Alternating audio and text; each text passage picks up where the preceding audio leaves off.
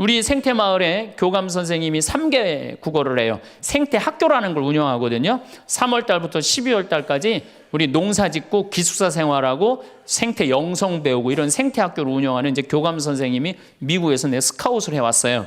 스카웃을 해왔는데 이 교감 선생님 아들이 미국 컬럼비아 대학 4년 장학생이에요. 미국에서 태어난 거죠.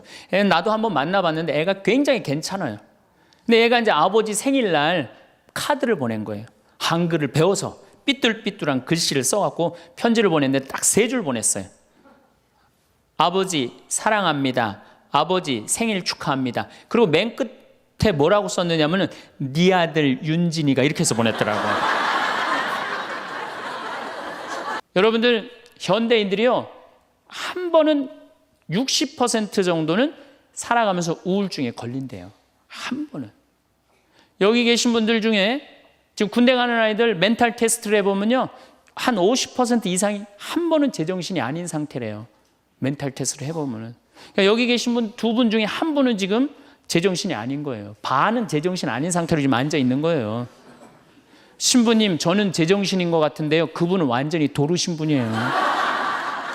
여러분들 외로우세요? 안 외로우세요? 안 외로워요? 안 외로운 분들이 계세요? 외롭죠? 사실은 여기 계신 분들 중에 단 한 분도 안 외로우신 분은 없어요. 예, 아무리 행복한 사람이라도 문득 외로울 때가 있어요. 아무리 행복한 사람이라도. 여러분들 낙엽이 막 떨어지고 막 바람에 그냥 낙엽이 스산하게 막 날릴 때 그거 보면은 마음이 왠지 좀 쓸쓸하고 외롭지 않으세요? 예.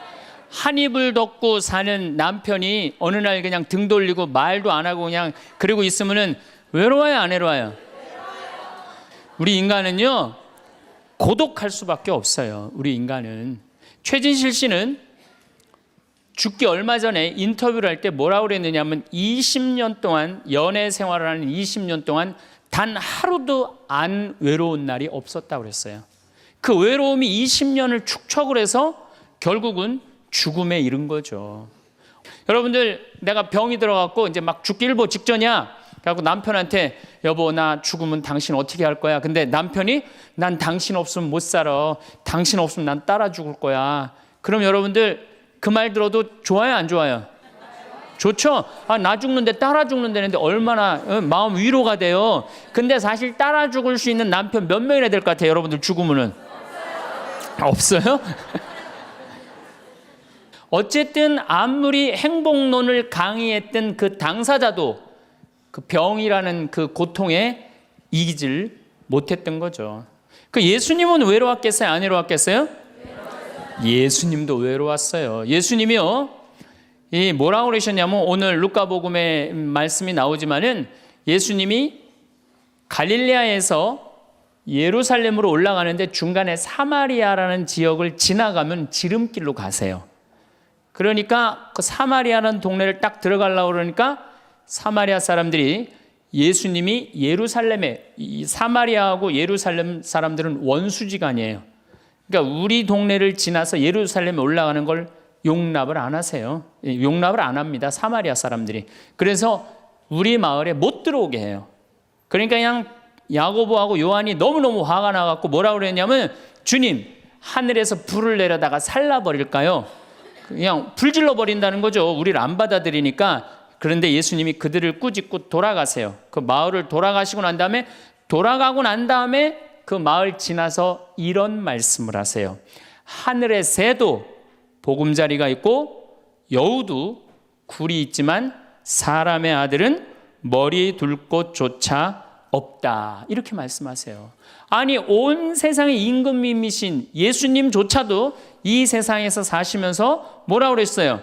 하늘의 새도 보금자리가 있고 여우도 굴이 있는데 사람의 아들은 머리 둘 곳조차 없다. 예수님도 외로우셨는데 여러분들이 뭐라고 안 외로워요? 네. 본당 신부님들이 가끔 사제가 돼서 본당 사목을 하다가 교우들하고 갈등을 일으켜요. 갈등을 일으키는데 교우들이 본당 신부님 본당에서 몰아낸다고 주교님한테 막 투서하고 막 연판장 막 돌리고 그럴 때 그 사제는 외로울까 안 외로울까요? 외롭죠. 왜? 정말로 하느님 나라를 위해서, 하느님의 교회를 위해서, 그 교회의 구성인 교우들을 위해서 장가도 안 가고 말이야, 혼자 독신으로 그 교우들을 위해서 온전히 삶을 봉헌했는데 그 교우들이 자기를 몰아낸다, 자기를 투소한다, 정말로 모든 걸 바쳤는데 그 바친 당사자들이 자기를 미워할 때 사제는 고독할까요? 안 고독할까요? 고독할 수밖에 없어요. 예수님 역시 가난하고 불쌍한 이들을 위해서 착한 일을 하는데도 유다인들은 예수님께 돌을 집어 던지려고 그래요. 예수님을 미워했어요. 그래서 요한복음 7장을 보면은 예수님이 5천 명을 먹이고 막 기적을 일으키다가 사람들이 마음이 바뀌어갖고 예수님을 죽이려고 그래요. 그러니까 예수님이 요한복음 7장 1절에 뭐라고 그러냐면은 유다를 다니지 않고 갈릴레아에 숨어 다녔다고 그래요. 숨어 다녔다고. 드러나지 않게 다니십니다. 왜? 그들이 당신을 미워하는 걸 아시고 예수님이 드러나지 않아요. 그러니까 너무너무 사랑하는데 나를 미워하면은 여러분들 쓸쓸할 것 같아요? 안 쓸쓸할 것 같아요? 여러분들 남편을 내가 너무너무 사랑해. 남편을 너무너무 사랑하는데 남편이 나를 미워해. 내가 남편을 너무너무 좋아하는데 남편이 나를 미워해. 그러면은요, 그거 고독은요, 이루 말할 수가 없어요. 우리가 언제 주로 살아가면서 고독할까요? 첫 번째 외로움을 느끼는 것은 사랑하는 사람에게서 버림받았을 때 외로움을 느낀다 그래요. 사랑하는 사람. 부모님한테 버림받은 사람들 많죠. 부모님한테 버림받은 사람들 얼마나 많아요. 요즘 보육원에 그냥 자기 아이 버리고 그냥 가는 부모님들 얼마나 많아요. 그리고 이혼하고 그냥 엄마가 보따리 싸들고 그냥 도망가는 엄마들 얼마나 많아요. 그런 아이들 상처가 얼마나 크겠어요. 세상에 천하에 엄마가 나를 버렸다, 아버지가 나를 버리고 갔다, 그들의 마음의 상처는 이루 말할 수가 없죠. 또 사랑하는 애인이 배반하고 가버렸어. 사랑하는 애인이 배반하고 가버렸어. 그러면은 아파요, 안 아파요? 아프죠? 친구가 나를 배반하고 가버렸어. 이거 굉장히 괴로운 거예요. 내가 정말로 너무너무 사랑하는데 결혼하고 싶은 정말로 남자가 있어. 근데 부모님이 반대해갖고 헤어져야 돼. 아파요, 안 아파요? 굉장히 아파죠. 그래서 심지어 그 위대한 다윗도 아들 압살롬이 반란을 일으켜요. 아들이 압살롬이라는 아들이 있는데 반란을 일으켜갖고 다윗이 도망 나갑니다. 예루살렘에서 그냥 급히 도망을 나가면서 이런 시를 불러요. 시편 3편에 주님, 저를 괴롭히는 자들이 어찌리 많습니까? 저를 거슬러 일어나는 자들이 많기도 합니다. 하느님께서 저자를 구원하실성 싶으냐? 저를 빈정대는 자들이 많기도 합니다. 이런 얘기를 해요. 그러니까 다윗도 결국은 누구한테 버림을 받기 시작하냐면 아들한테 버림을 받아요. 그리고 결국은 그 아들은 요압이라는 다윗의 총사령관한테 표창에 맞아 죽고. 그러니까 얼마나 아프겠어요. 인간은 어떤 종류의 인간이든지 이런 아픔 속에서 살아갈 수밖에 없다. 사랑하는 사람을 만날 수 없다는 사실, 숨을 쉴 수조차 힘든 거죠. 이거를 불가에서는 뭐라고 그러냐면 애별리고라고 그래. 애별리고. 사랑하는 사람하고 헤어지는 고통. 이게 가장 큰 고통이라고 그래요. 우리 신학생들 참 나는 우리 신학생들만 보면은요, 너무너무 거룩하고 아름답고 순결해요. 고등학교 3학년 딱 졸업하고 얼마나 하고 싶은 게 많겠어요. 그런데 하느님의 나라를 위해서 신학교 딱 들어갔단 말이야. 그러면 신학교 1, 2학년들 보면요, 너무너무 순수하고 아름다워 보여요. 그 나만 아름다워 보이겠어요? 여러분들 보면 이쁘겠어, 안 이뻐? 우리 신학생 1, 2학년 학사님들 보면 이쁘죠? 여러분들만 이쁘겠어요? 20살, 21살 된 여자아이들은 이쁠 것 같아요, 안 이쁠 것 같아요? 신학생들이 너무너무 매력이 있잖아요. 그래갖고 가까이 가고 싶고 자꾸 만나고 싶단 말이야. 고등학교 때까지는 공부하다가 모르다가 그냥 신학생들도 딱 신학생이 돼갖고 그냥 이쁜 아가씨가 자꾸 옆에 있으면 마음이 끌릴 것 같아요, 안 끌릴 것 같아요? 끌릴 수밖에 없어요. 사람은요, 어쩔 수가 없어요. 그래갖고 한 2년 만나다 보면은요, 이게 이때부터 갈등하기 시작하는 거예요. 내가 사제가 돼야 되는데 왜 자꾸 저 여자한테 마음을 빼앗기나? 그래갖고 그냥 그때부터 고민하기 시작하는 거예요. 하느님을 선택할 것이냐, 여자를 선택할 것이냐. 그래서 신학교에서는 재미난 말이 있어요. 2말 3초라고 그래. 2학년 말, 3학년 1학기, 3학년 초, 이때가 가장 신학생들이 갈등을 많이 할 때. 그래갖고 이때 여자를 떠나보내면 이제 4학년, 5학년 쭉 군대 가면서 이제 사제길로 가는 거예요. 근데 이때 그냥 이 여자를 따라가면 이제 신학교 나가는 경우가 많죠. 그래갖고 그냥 그 젊은 나이에 그 피 끓는 뜨거운 애정을 끊고 사제가 되니 애별리고의 고통을 안 겪은 사제가 몇 명이나 될 것 같아요. 그러니까 서품 때 보면 그냥 누워갖고 그냥 이 깔고 그냥 그 여자 떠나보낸 여자 생각하고 그냥 가슴이 아파서 우는 거예요. 모든 걸 떠나보내야 돼. 인간이 얼마나 그게 힘든 건데요. 그러니까 여러분들 신부님들한테 잘하세요. 괜히 주교님한테 편지 쓰고 그러지 마시고.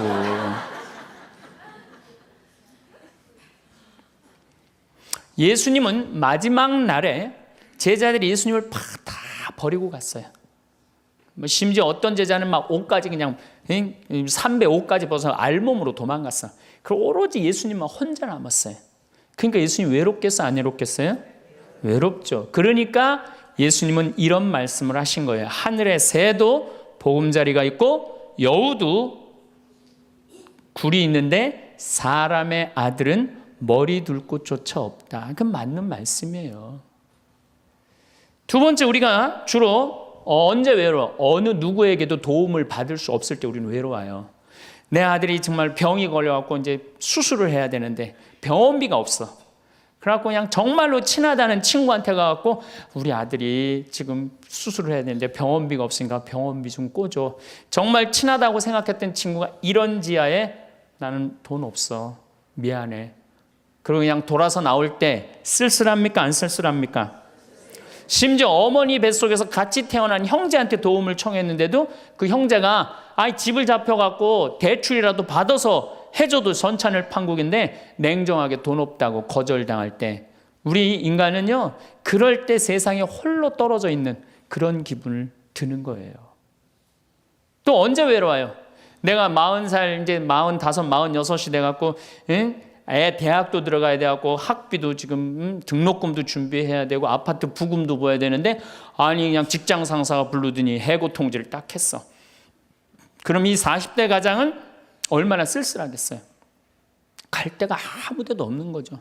대학이라고 졸업은 해놨는데 나를 필요로 하는 데가 아무 데도 없네. 아무리 그냥 원서 지원서를 100통을 써도 그냥 나한테 연락해 주는 사람 하나도 없어. 이럴 때 나를 필요로 하는 사람이 아무도 없을 때 우린 외로운 거예요. 더욱이 그냥 더 힘든 사람들은 어떤 사람들이에요? 철거민들. 갈 데는 없고 겨울은 다가오는데 그냥 내가 그냥 집을 다 부셔갖고 쫓겨날 때 그들의 그 외로움은 이건 또 이루 말할 수가 없죠. 그래서 인간으로 살아가는 한 외로울 수밖에 없어요. 그래서 하이데거라는 철학자는 뭐라고 하냐면 인간은 세상에 내던져진 존재라고. 내던져진 존재. 여기 여러분들 중에 태어나고 싶어서 태어나신 분들 계세요? 한 분도 없죠? 내던져진 거예요, 세상에. 귀양 내던져질 거면 삼성 이건희 회장님 집에 내던져지든지 아니면 정주영 회장님 집에 내던져지든지 그럼 그냥 팔자라도 편안할 텐데 내던져지고 보니까 그냥 똥구멍이 찢어지게 가난한 집에 그냥 내던져진 거야. 그래갖고 그냥 인생 그냥 피곤한 거죠. 그리고 귀양 태어날 거면은 장동건이나 고소영 씨처럼 얼굴이 잘생기거나 이쁘게라도 태어나면은 얼굴로라도 먹고 사는데 또 가난한 집에 내던져졌는데 얼굴은 또 씹다 뱉은 수제비 같이 생겨버렸네. 요즘은 그냥 막 텔레비전 막 이런 시대 아니에요. 그래갖고 그냥 키 크고 잘생기고 막 이런 거에 그냥 뭐든지 그냥 사람들이 그냥 눈이 멀어 있잖아요. 근데 그냥 생긴 건 씹다 뱉은 수제비 같이 그냥 이렇게 살아가는 사람들은 인생을 힘들게 살아갈 수밖에 없다는 거예요. 그런데 그런 사람들이 95%가 그렇다는 거예요. 95%. 저나 여러분이나 내가 항상 하는 얘기지만 내 얼굴 이거 씹다 뱉은 수제비 같이 생겨갖고 이거 얼굴로 먹고 살기엔 틀린 거죠. 다 평범하게 태어나는 거죠. 또 우리 언제 외로워요? 말이 안 통할 때 외로워요. 남편하고 말이 안 통할 때, 자식하고 말이 안 통할 때, 특별히 가족 간에 말이 안 통할 때 참 외로워요. 제가 미국에 강의를 한 2년 동안 이렇게 쭉 다녀보니까 깜짝 놀라는 일이 있어요. 엄마 아빠는 영어를 못하고 애들은 영어만 하는 거예요. 그러니까 애들은 그냥 막 영어를 너무너무 잘하고 애들 하는 말을 엄마 아빠가 못 알아듣는 거예요. 그러니까 엄마 아빠하고 말이 안 통하는 거 애들하고 기본적인 거 밥 먹어라 학교 갔다 와라 이거 외에는 말이 안 통하는 애들이 참 많더라고요. 정말로 그건 이제 점점 외로워지는 거죠. 우리 생태마을에 교감 선생님이 3개 국어를 해요. 생태학교라는 걸 운영하거든요. 3월 달부터 12월 달까지 우리 농사 짓고 기숙사 생활하고 생태 영성 배우고 이런 생태학교를 운영하는 이제 교감 선생님이 미국에서 스카웃을 해왔어요. 스카웃을 해왔는데 이 교감 선생님 아들이 미국 컬럼비아 대학 4년 장학생이에요. 미국에서 태어난 거죠. 나도 한번 만나봤는데 애가 굉장히 괜찮아요. 근데 애가 이제 아버지 생일날 카드를 보낸 거예요. 한글을 배워서 삐뚤삐뚤한 글씨를 써갖고 편지를 보냈는데 딱 3줄 보냈어요. 아버지 사랑합니다. 아버지 생일 축하합니다. 그리고 맨 끝에 뭐라고 썼느냐면은 네 아들 윤진이가 이렇게 해서 보냈더라고요. 말이 안 통하는 거지. 말이 안 통하는 거지. 한국에서 보면은 그런데 이게 미국 사회에서만 서로 말이 안 통하는 게 아니야. 한국에서도 퇴근을 했는데 부인이 남편을 투명인간 취급하는 부인들 많아요.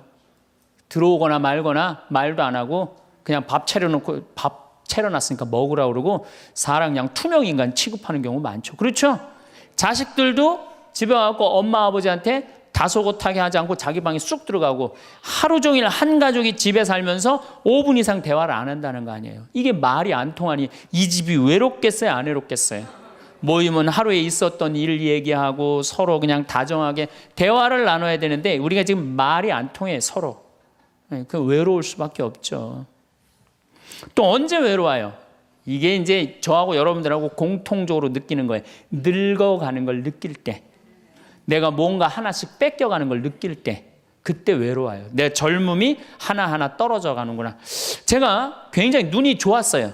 1.5, 어떨 땐 2.0까지 나왔어요. 근데 요즘 핸드폰에 메시지가 오면은 일단은 내가 인상을 써요. 인상을 쓰고 이렇게 멀리 보기 시작해. 안 보이는 거 글자가. 심지어는 내 동창들은요 돋보기를 쓰는 동창들도 있어요. 벌써. 그래서 너 왜 돋보기를 쓰냐고 하니까 노안이 와갖고 신문이 안 보이는 거예요. 그 돋보기를 쓰고 있는 동창을 보면요 슬프더라고요. 늙어가니까. 제가 젊었을 때 몸에 테스토스테론이 흘러 넘쳤어요. 진짜 남자다웠어요. 그래갖고 내가 눈물이라고는 한 방울도 안 흘렸어요. 얼마나 눈물을 안 흘리냐면 고등학교 2학년 때 우리 어머니 아버지가 내가 신학교 들어가기 전까지는 성당에 안 다니셨어요. 그러니까 이해가 안 됐잖아요. 반대한다고 어머니가 막 약 먹고 자살하고 막 정말로 아버지가 그 막 죽어가는 어머니를 막 끌어안고 저를 보고 뭐라고 그랬느냐면 울면서 제발 신학교 안 간다는 소리 좀 해라. 내가 그랬는데도 눈물 한 방울 안 흘린 놈이에요 내가. 물론 우리 어머니 아직도 안 돌아가셨어요. 아직도 안 돌아가시긴 했는데. 그런데 내가 나이가 46인데 이상한 일이 벌어졌어요. 내 몸에서 이제 테스토스테론은 안 나오고 남성 호르몬은 안 나오고 에스트로겐 여성 호르몬이 나오는 모양인 것 같아요. 지난 2월 달에 우리 김연아 선수가 동계올림픽 금메달 땄잖아요. 따갖고 그냥 더욱이 또 우리 세례 받았잖아. 근데 내 딸이 그냥 금메달 따갖고 그냥 동해물가 올라가는데 그냥 그 묵주 반지가 딱 보이는데 눈물 한 방울 딱 떨어지는데 아니 김연아 선수 눈물 한 방울 떨어지는데 왜 내 눈에서 눈물 10방울이 떨어져? 자동이야 자동. 요즘은 그냥 텔레비전에서 슬픈 것만 봐도 어떻게 돼요? 눈물이 뚝뚝 떨어져요. 내가 이제 늙어가고 있는 거예요. 네.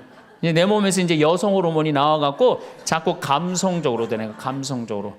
반대로 여자들은 몸에서 이제 에스트로겐은 안 나오고 테스토스테론이 나와요. 남성 호르몬이 나와요. 그래갖고 50 넘은 여자들을 보면요 여자 같은 여자는 하나도 없어요. 깡패 같은 여자들만 그냥 천재 있어요. 깡패 같은 여자. 그냥 몸에서 근데 에스트로겐이 빠져나가면은요 여성 호르몬이 빠져나가면은요 기억력도 같이 빠져나간대. 기억력도. 그래갖고 그냥 장을 보러 나가야 되는데 그냥 지갑을 어디다 놔뒀는지 알 길이 없는 거야. 온 집안을 다 뒤져도 지갑이 없는 거예요. 그래갖고 열받는다고 냉장고 딱 열어보니까 김치통 위에다 지갑 딱 올려놔. 아이고 내가 왜 이럴까. 심지어는 어떤 분은 막 1층에서 2층 올라가면서 올라가는 중간에 무슨 일을 하러 올라가는지 까먹는 분도 계세요. 그런 분들 많죠? 더 심각한 분은 어떤 분이냐면 1층하고 2층 중간에 서서 고민하기 시작하는 거예요. 과연 내가 지금 2층에서 내려오고 있는 중이었을까? 1층에서 올라오고 있는 중이었을까? 깜짝깜짝 놀라는 거죠. 심지어는 저는 어떤 분까지 봤느냐면은 핸드폰을 하면서 지금 내가 핸드폰을 찾는데 내 핸드폰 어디 있지? 이러고 있는 사람들도 있어요. 그런 분들도 있어요. 늙어가는 거죠. 늙어가는 건 굉장히 슬픈 거예요. 젊음을 빼앗기는 거, 이런 것들이 자꾸 우리를 슬프게 하죠. 한숨이 나오죠. 더욱이 아줌마들은요, 40이 넘으면 확 갑자기 몸에 얼굴이 열이 확 올라왔다가 열이 확 식었다가 그러죠.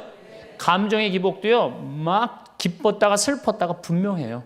울었다 웃었다가 분명해요. 그러면 자식 붙잡고 네가 인생을 어떻게 살라고 그러냐고 막 울다가 갑자기 그냥 성당 친구가 전화 오면은 언제 그랬냐는 듯이 내가 오늘 신부님을 강의를 들었는데 너무 재밌다고 막 깔깔깔깔거리고 막. 그러면 아들이 딸이 엄마 도대체 왜 그래? 이 소리를 들으면요, 여러분들은 심각하게 늙어가고 있는 거예요. 엄마 도대체 왜 이래? 내가 이제 늙어가는 거죠. 그럴 때 우리 인간은 외로움을 느낀다는 거죠. 우리가 언제 외로울까요? 아플 때 외롭다 그래요. 아플 때. 구약의 유명한 욥은 온몸에 종기가 나서 사람들이 자기를 무시할 때 이런 노래를 부릅니다. 내 형제들은 내게서 멀어지고 내 친구들은 남이 되어 버렸다네. 친척과 친지들은 떨어져 나가고 집안 식객들은 나를 잊었으며 계집종들은 나를 낯선 자로 여기니 저들 눈에 나는 이방인이 되었다네. 내 입김은 아내에게 메스껍고 내 몸에 나는 악취를 자식들에게 풍긴다네. 어린 것들조차 나를 업신여기고 내가 일어서려고만 해도 나를 두고 비아냥거리네. 내게 가까운 동아리도 모두 나를 역겨워하고 내가 사랑하는 자들도 내게 등을 돌리는구려. 이 아픔은요, 이게 우리 인간이 아직 가장 서러울 때가 아플 때예요. 그건 내 남편도 필요 없고 자식도 필요 없을 때가 굉장히 많죠. 그렇죠? 아플 땐 그래요. 어떤 분이 그런 얘기를 하더라고요. 나하고 나이가 비슷한 분인데 자기가 고등학교 때 엄마가 참 자기를 사랑했는데도 불구하고 하루는 굉장히 토했대요. 근데 밤새 토했는데 엄마가 나 토하는 걸 아는데도 문 한 번 안 열어봤을 때 그렇게 외롭고 쓸쓸하고 지금도 그 20몇 년 전 그 생각을 하면은 지금도 외롭고 섭섭하다는 거예요. 그러니까 우리가 가장 서러움을 많이 느낄 때 언제 서러움을 많이 아플 때 나한테 무심하게 대할 때 우리가 서러움을 많이 느낀다는 거죠. 그래서 시편 69편에 이런 얘기가 있어요. 하느님 저를 구하소서. 목까지 물이 들어찼습니다. 깊은 수렁 속에 빠져 발 디딜 데가 없습니다. 물속 깊은 곳으로 빠져 물살이 저를 지칩니다. 소리 지르느라 지치고 저의 목도 쉬었습니다. 저를 까닭 없이 미워하는 자들이 제 머리카락보다 많습니다. 제가 빼앗지도 않았는데 물어내라 합니다. 저는 제 형제들에게 남이 되었고 제 어머니의 소생들에게 이방인이 되었습니다. 물살이 저를 지치지 못하고 깊은 물이 저를 집어삼키지 못하며 심연이 저를 삼켜 그 입을 다물지 못하게 하소서. 인간은 이렇게 누구나 다 힘들고 외롭다는 거예요. 하다못해 같은 이불을 덮고 사는 남편도 내 마음 몰라주고 나 비난하고 몰아세울 때 우리는 외롭고 고독해서 극단적인 방법을 선택하기도 해요. 여러분들 어때요? 우리 여기 자매님들 많으신데 남편 생일에 미역국 끓여주고 자식 생일에 미역국 끓여주고 시부모 생일에 미역국 다 끓여줬어. 근데 정작 내 생일을 미역국 끓여주는 사람 있어요? 네, 없죠? 그래도 내 생일인데, 그래도 그냥 생일이니까 그냥 미역국 자기가 이제 끓이는 거야. 근데 아무도 몰라. 미역국 왜 끓였어? 그리고 앉아서 먹는데 그냥 그 미역국을 떠서 먹는데 눈물이 뚝뚝 미역국에 떨어져요? 안 떨어져요? 아무도 나를 몰라줄 때. 그래서 외로움을 많이 느끼는 분들이 여성 주부들이 많이 느낀대요. 애들은 공부하러 학교 다니고 남편은 직장 다니고 빈집을 지키고 있으면 그렇게 쓸쓸하대요. 그래서 이걸 뭐라고 그러냐면은 빈둥지 증후군이 있대요. 빈둥지 증후군. 빈둥지에서 그냥 혼자 그냥 굉장히, 그러니까 40대 50대 주부 우울증이 그렇게 많은 거예요. 네, 그분들이. 그런데 놀랍게도 독신으로 사는 여성보다는 결혼한 여성이 더 외롭대요. 독신으로 사는 혼자 사는 여자는 자기가 처음부터 외로울 거라고 생각을 하고 혼자 그냥 미역국 끓여 먹으면 당연하게 생각을 하는 거야. 근데 결혼한 사람은 바라는 게 많잖아요. 근데 남이 안 해주면 더 외로운 거야. 근데 놀랍게도 더 놀라운 건 뭐냐? 40대 자살률을 보면은 여자보다도 남자가 3배 더 많이 죽는데요. 그러니까 여러분들보다 누가 더 많이 외로움을 탄다고 생각하시면 돼요? 남자가 더 많이 탄다고 생각하면 돼요. 이 인간이 다 외로운 거야. 어떻게 보면 다 불쌍해. 여기 있는 분들 한 분 한 분 예수님 오면 다 안아줄 거야. 너 그동안 외로웠구나. 내가 안아주마. 다 그럴 거예요. 여기서는 웃고 있지만 막상 돌아가서 집에 가보면 눈물을 흘리는 분들 많을 거라는 얘기죠. 저는 외로울 것 같아요? 안 외로울 것 같아요? 저도 외로워요. 제가 92년도 철산성당에서 보좌신부, 경기도 광명 철산성당에서 보좌신부를 했는데 한 12월 15일쯤 됐어요. 아이들이 연합고사 본 날이에요. 그래갖고 저녁 먹고 이제 성당을 이렇게 산책을 하는데 지하실에서 뭐 난리도 아니에요. 뭐 의자 부시는 소리에 뭐 비명 소리에 정신이 하나도 없더라고요. 그래서 내려가서 보니까 아이들이 소주를 먹고 어떻게 하느냐면은 뭐 난리도 아니야. 뭐 자기네들끼리 의자를 부시고 끌어안고 울고 별놈이 다 있더라고요. 별놈이 다 있어갖고 니네들 도대체 왜 그러느냐? 저는 중학교 아이들이 술 먹고 담배 피는 거 내가 본당 신부할 때 나한테 걸려도 난 한 번도 혼낸 적이 없어요. 애들. 왜 혼낸 적이 없냐면 내가 중고등학교 때 술 담배 다 했거든. 뭘 혼을 내. 그래서 야 니네들 사제관에 좀 올라와 봐라. 신부님이 혼내지 않고 사제관으로 올라오라고 그랬고 딱 앉혔어요. 한 15명을 남자 여자 다 앉아갖고 니네들 도대체 무슨 일 때문에 이렇게 술을 먹고 성당 기물을 부시냐 얘기를 좀 해봐라. 그랬더니 마침 그 아이 중에 한 아이가 엄마 아빠가 이혼을 한 거야. 자기네들끼리 위로해 준다고 마침 시험도 끝나고 소주를, 지금이야 18도 19도지만 그땐 24도짜리 소도 아니에요. 중학교 3학년 애들이 그거 먹고 그냥 필름이 끊어진 거죠. 그래갖고 이제 앉혀갖고 그냥 귀양 나온 얘기니 니네들 인생을 한번 얘기를 해봐라. 이제까지 살아온 거. 그랬더니 애들이 그냥 15년, 16년 살아온 인생 그냥 나름대로 그냥 쫙 밤 12시가 넘은 거예요. 그래갖고 오늘은 너무 늦었으니까 니네들 귀양 이렇게 술이 취했으니 집에 가지 말고 신부님 집에서 자라. 사조관에서 15명 다 집으로 전화해라. 만약에 엄마 아빠가 뭐라고 의심을 하면 나를 바꿔줘라. 그래갖고 내가 몇몇은 내 통화를 해갖고 내가 오늘 재울 테니까 걱정하지 말라고. 그리고 애들한테 니네들 술은 이렇게 먹는 게 아니다. 그래갖고 내가 또 꼬냑을 또 한 병 꺼내갖고 한 잔씩 다 따라주면서 아이들하고 정말로 다정한 얘기를 했어요. 그러니까 아이들이 너무 좋잖아요. 술을 먹었는데 혼을 내기를 하나, 또 신부님이 방에서 재워주지, 자기 얘기 다 들어주지. 그래서 내가 2월 달에 발령을 받아갖고 떠나는데 가지 말라고. 애들이 일주일 동안 우는 거예요. 가지 말라고. 신부님 우리랑 살자고. 그래갖고 내가 발령 받아가는 애들 발령 받아가는 날 30명이 학교를 안 간 거예요. 가지 말라고. 그래갖고 제가 이제 수원으로 이제 발령을 받아갔는데 토요일만 되면은 전철을 타고 내려오는 거예요. 토요일만 되면은 30명이. 그래갖고 한 주, 2주 오다 말겠지. 그런데 애들이 3개월 동안 계속 내려오는 거예요. 나보고 싶다고. 생각해보니까 이렇게 하면 안 되겠더라고. 이렇게 끌고 다니다가는 10년 후에는 한 3,000명 끌고 다니겠더라고요. 그래서 사제는 본당을 떠나면은 인연을 끊어야 되는구나. 그때 깨달았어요. 그 다음 사제가 정말로 사목을 잘할 수 있도록 떠난 본당에 일체 연락하면 안 되고 떠난 본당 사람들하고 어울리면 안 되는구나. 그때 깨달았어요. 그래갖고 제가 이제 평택에서 이제 비전동 성당이라고 5년 초대 본당 신부를 했어요. 초대 본당 신부 했으니 교우들하고 얼마나 친했겠어요. 그 다음에 경기도 광주에서 능평 성당이라고 거기도 또 초대 본당 신부 5년을 했어요. 10년을 본당 신부로 하고 제가 지금 강원도 평창에 이제 갔잖아요. 6년 전에 평창에 갔는데 내 첫 영명 축일 때 교우들이 신부님 축일 축하한다고 몇 명이나 왔냐면 200명이나 온 거예요.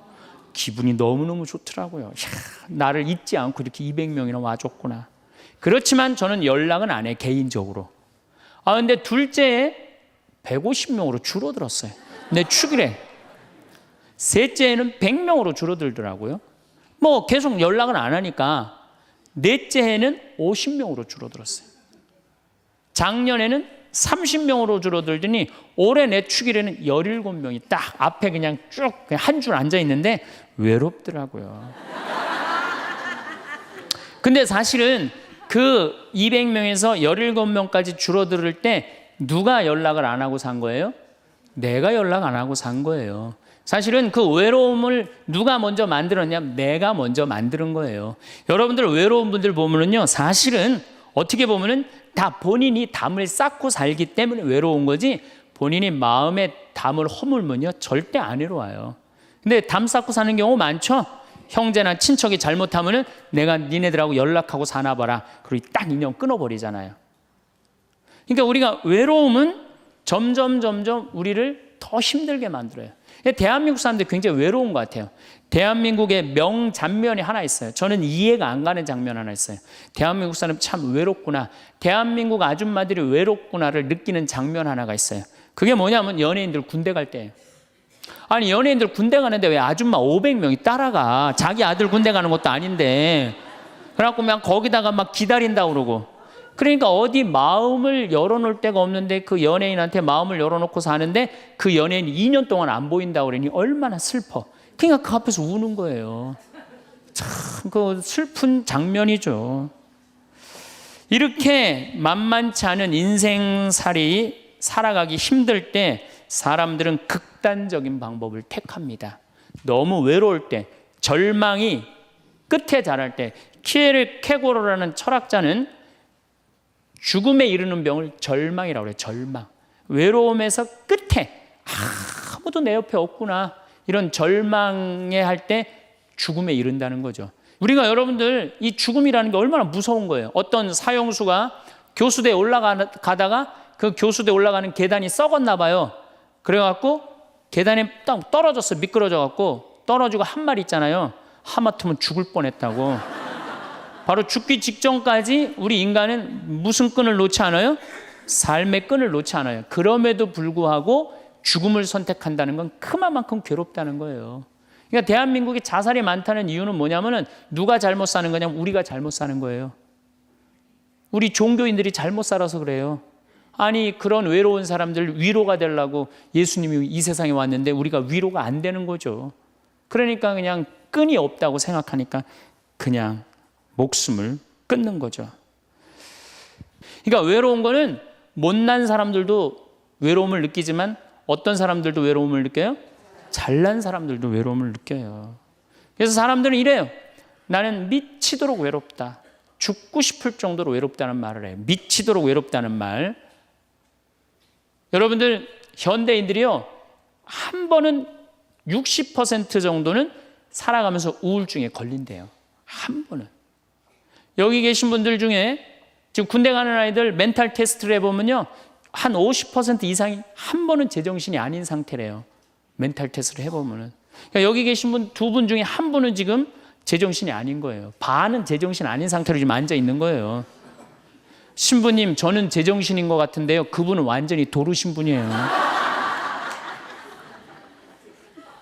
왜 제정신이 아닌 상태에서 우리가 지금 살고 있느냐? 텔레비전 보면요, 기가 막힌 거 많이 나와요. 보험금 타먹는다고 한 10년 전에 자식 손가락 자른 아버지 생각나시죠? 네. 그리고 얼마 전에는 초등학교, 중학교 애들이 초등학교를 발로 차갖고 그냥 공중에 뜬 거 재밌다고 동영상 찍어갖고 올려놓은, 그 제정신이에요? 제정신 아니에요?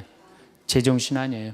부모가 자식 죽이고, 자식이 부모 죽이고, 남편이 아내 죽이고, 아내가 남편 죽이고, 이게 우리가 다 제정신이 아니에요. 100년 전 조선시대 사람들을 데려다 놓고, 100년 전 조선시대 사람을 데려다 놓고 한번 여러분들 요즘 사회 뉴스를 한번 보게 하세요.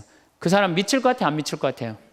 근데 여러분들은 그거 매일 죽이고 살인하고 강간하고 뭐 아이들만 성추행하고 이러는 거 보는데도 여러분들 왜 안 미쳐요? 이미 어느 정도 미쳐 있어. 미쳐 있기 때문에 그걸 봐도 안 이상한 거예요. 그러니까 우리가 잃어버린 마음을 찾아야 된다는 거죠. 잃어버린 마음을. 그러니까 외로운 사람들끼리 서로 모여서 서로 위로가 돼야 되는데, 외로운 사람들이 뭘 하느냐면 컴퓨터 게임에 미쳐 있는 거예요. 컴퓨터 다 사람은 안 만나고 기계만 만나는 거예요. 그러니까 더 미치는 거죠. 더 미치는 거예요. 그래서 우리가 이런 외로움을 극복하려고 그러면은 정말로 서로 사랑해야 돼요. 예수님 말씀처럼 우리가 서로 사랑해야 돼요. 서로를 배려해주고 서로를 신경 써주고. 근데 우리는 이게 서로 사랑하고 서로 배려해주는 게 부족한 거죠. 굉장히 이기적으로 사는 거죠. 이기적으로. 그럼 여러분들은 언제 외로움을 정말로 극단적으로 느끼느냐? 자식한테 기댈 때. 특히 여기 계신 여러분들은 언제 더 많은 외로움을 느끼냐면, 늙어서 자식이 나한테 잘해주겠지, 이런 마음 먹는 분들은요 외로워요.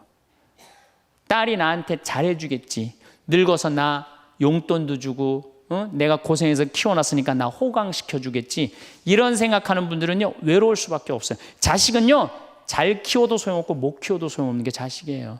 자식은 그저 고등학교 3학년 때까지 키우고 끝나야지, 그 다음 욕심내면요 여러분들 외로울 수밖에 없어요. 그러면은 못 키운 자식이 왜 소용없어요?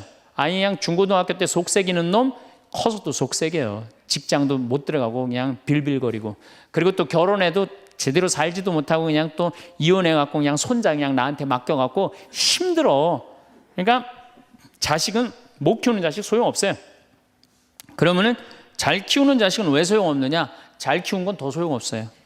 그냥 좋은, 여기 지금 서울대학 가까이 있잖아요.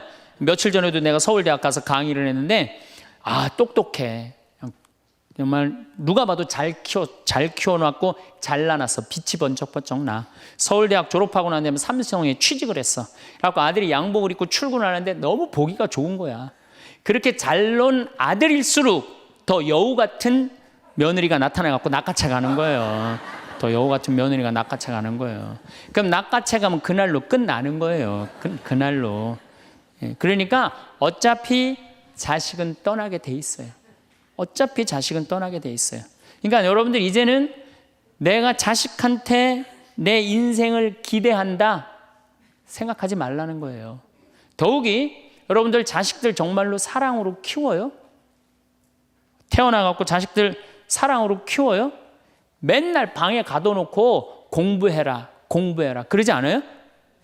맨날 공부해라고. 그래서 여러분들 이 생각만 하면 돼. 내가 어렸을 때 자식하고 다정하게 맛있는 거 먹으러 다니고 놀러도 다니고, 그리고 난 다음에 대화도 막 늘 살갑게 한 엄마는 늙어서 자식이 먹으러도 다니고 놀러도 다니고 대화해줘요. 근데 어렸을 때 그냥 방에만 가둬놓고 매일 그냥 공부만 시키고 학원에 그냥 계속 가둬갖고 공부만 시킨 부모님들은 늙어서 자식이 어떻게 할 것 같아요? 방에 가둬놓고 밥만 먹이는 거, 밥만. 그리고 이제 완전히 이제 늙어갖고 움직이지 못할 때 어떻게? 학원에 그냥 계속 가두듯이 이제는 그냥 양로원에 그냥 가둬갖고 그냥 거기서 살라고 그래. 그냥 자식들한테 공부해라 그런 부모님들, 이거 심각하게 이거 고민해야 돼요. 그런 분들은 더 외로울 수밖에 없어. 더 외로울 수밖에 없어. 그러니까 보통 이제 초등학교 이제 1학년, 2학년 애들이 막 너무 6, 7살까지는 이쁘다가 초등학교 들어가면 막 공부를 안 하고 그러면요, 애들한테 엄마가 막 폭언을 하기 시작해요. 그래갖고 성적표를 받아왔는데 40점, 50점 이렇게 받아오면은 애들한테 그래요. 너 밥이 넘어가냐고. 네가 잠이 오냐고. 너 지금 텔레비 봐야 되느냐고. 그래갖고 그냥 보통 공부 못하는 애들이요, 성격이 느긋한 애들이 공부 못해요. 내일 시험이라도 걱정 안 하고 느긋하게 있는 애들이 공부 못하는 거예요. 그렇죠? 그럼 그거 보고 있으면 엄마가 불이 나요, 안 나요? 그래서 느긋한 성격 가진 애를 그냥 괴롭히기 시작해. 욕을 해대는 거야. 초등학교 6년 욕을 한단 말이야. 그럼 애가 6년 지나가면 그냥 성격이 삐뚤어져요. 공부 못해도 우리 아들 착하다, 우리 딸 예쁘다, 우리 아들 성격 좋다. 그러면 6학년 때까지 성격 안 삐뚤어지거든요. 근데 6년 내내 엄마가 욕을 하는 거야. 너 같은 인간이 밥을 내가 너를 놓은 게, 내가 너 놓고 미역국 먹은 게 내가 후회된다 막 이러니 6년 동안 애가 그냥 삐뚤어지는 거야. 이제 중학교 올라가면 더 삐뚤어지는 거죠. 중학교 올라가면 엄마가 더 극단적으로 아이하고 싸우는 거예요. 그러니까 중학교 되면 애가 엄마랑 같이 있고 싶지 않은 거예요.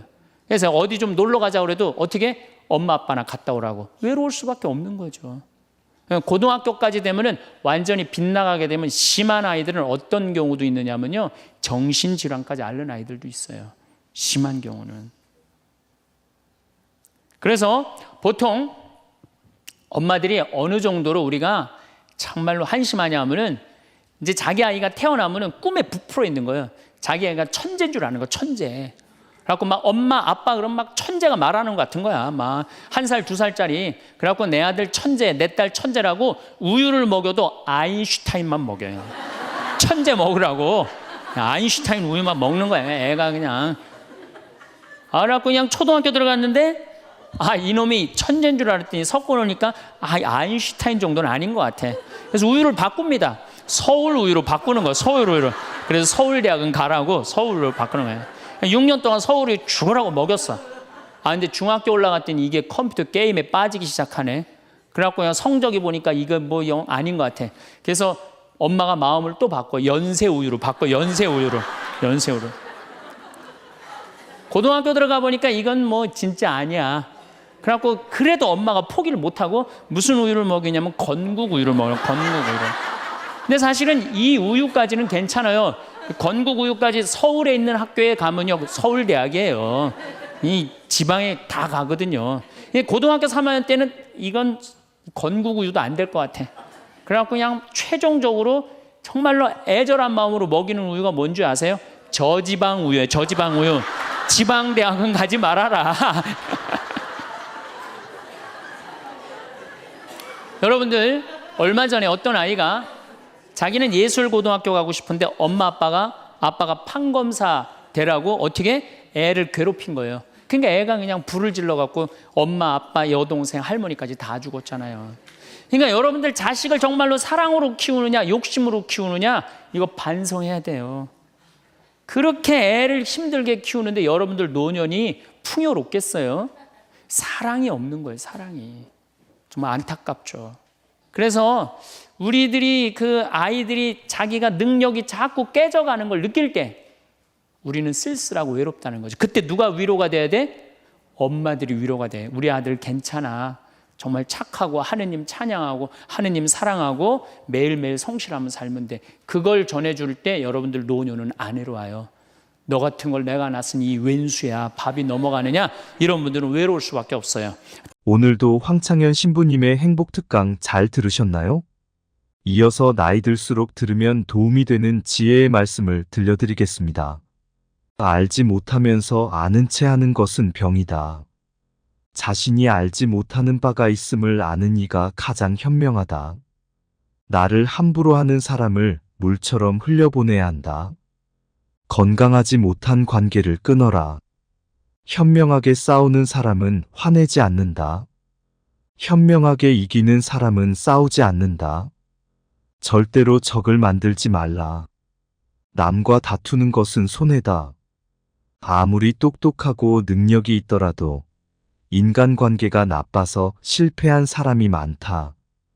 어떤 상황에서는 유연하게 대처하는 방법을 익혀야 한다. 굳이 싸워서 적을 만들지 말아라. 성인은 다투지 않는다. 머지않아 밝혀질 거짓말로 남을 회유하며 사는 사람이 너무 많다. 남의 비위를 맞추는 것이 최고의 미덕인 줄 아는 어리석은 사람이 흔하다. 그러나 곧 신뢰를 잃고 사람들 사이에 설 수 없게 된다. 진실한 말은 즐거움을 주지 못한다. 즐거움을 주는 말은 결코 진실되지 못한다.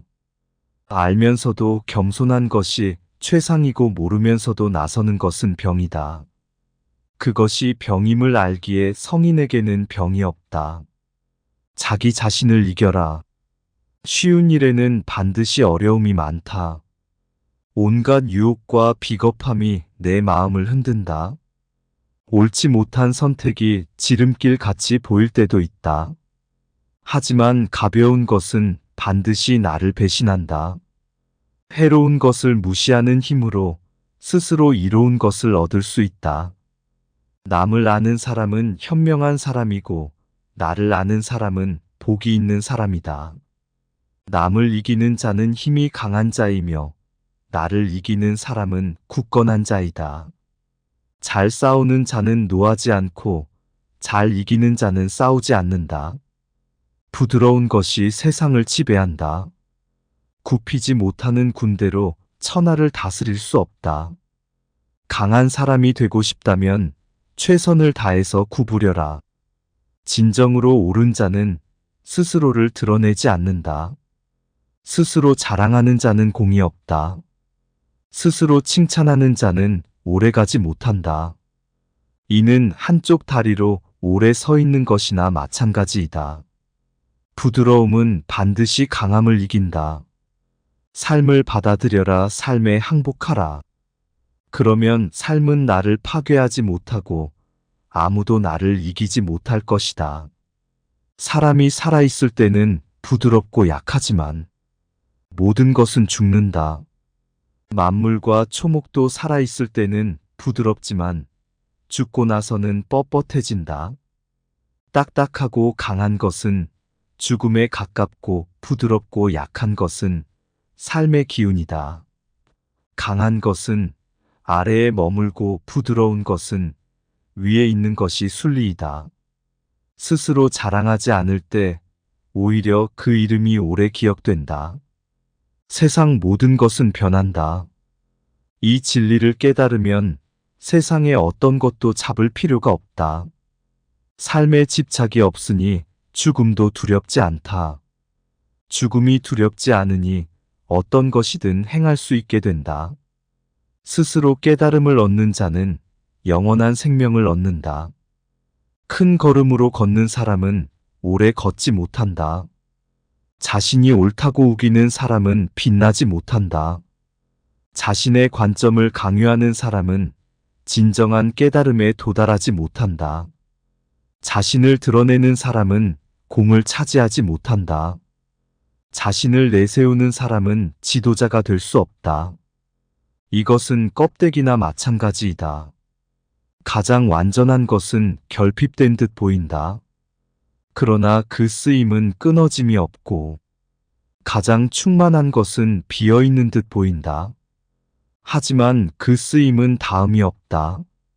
가장 고운 것은 굽은 것처럼 보이고 가장 뛰어난 웅변은 어눌한 것처럼 보인다.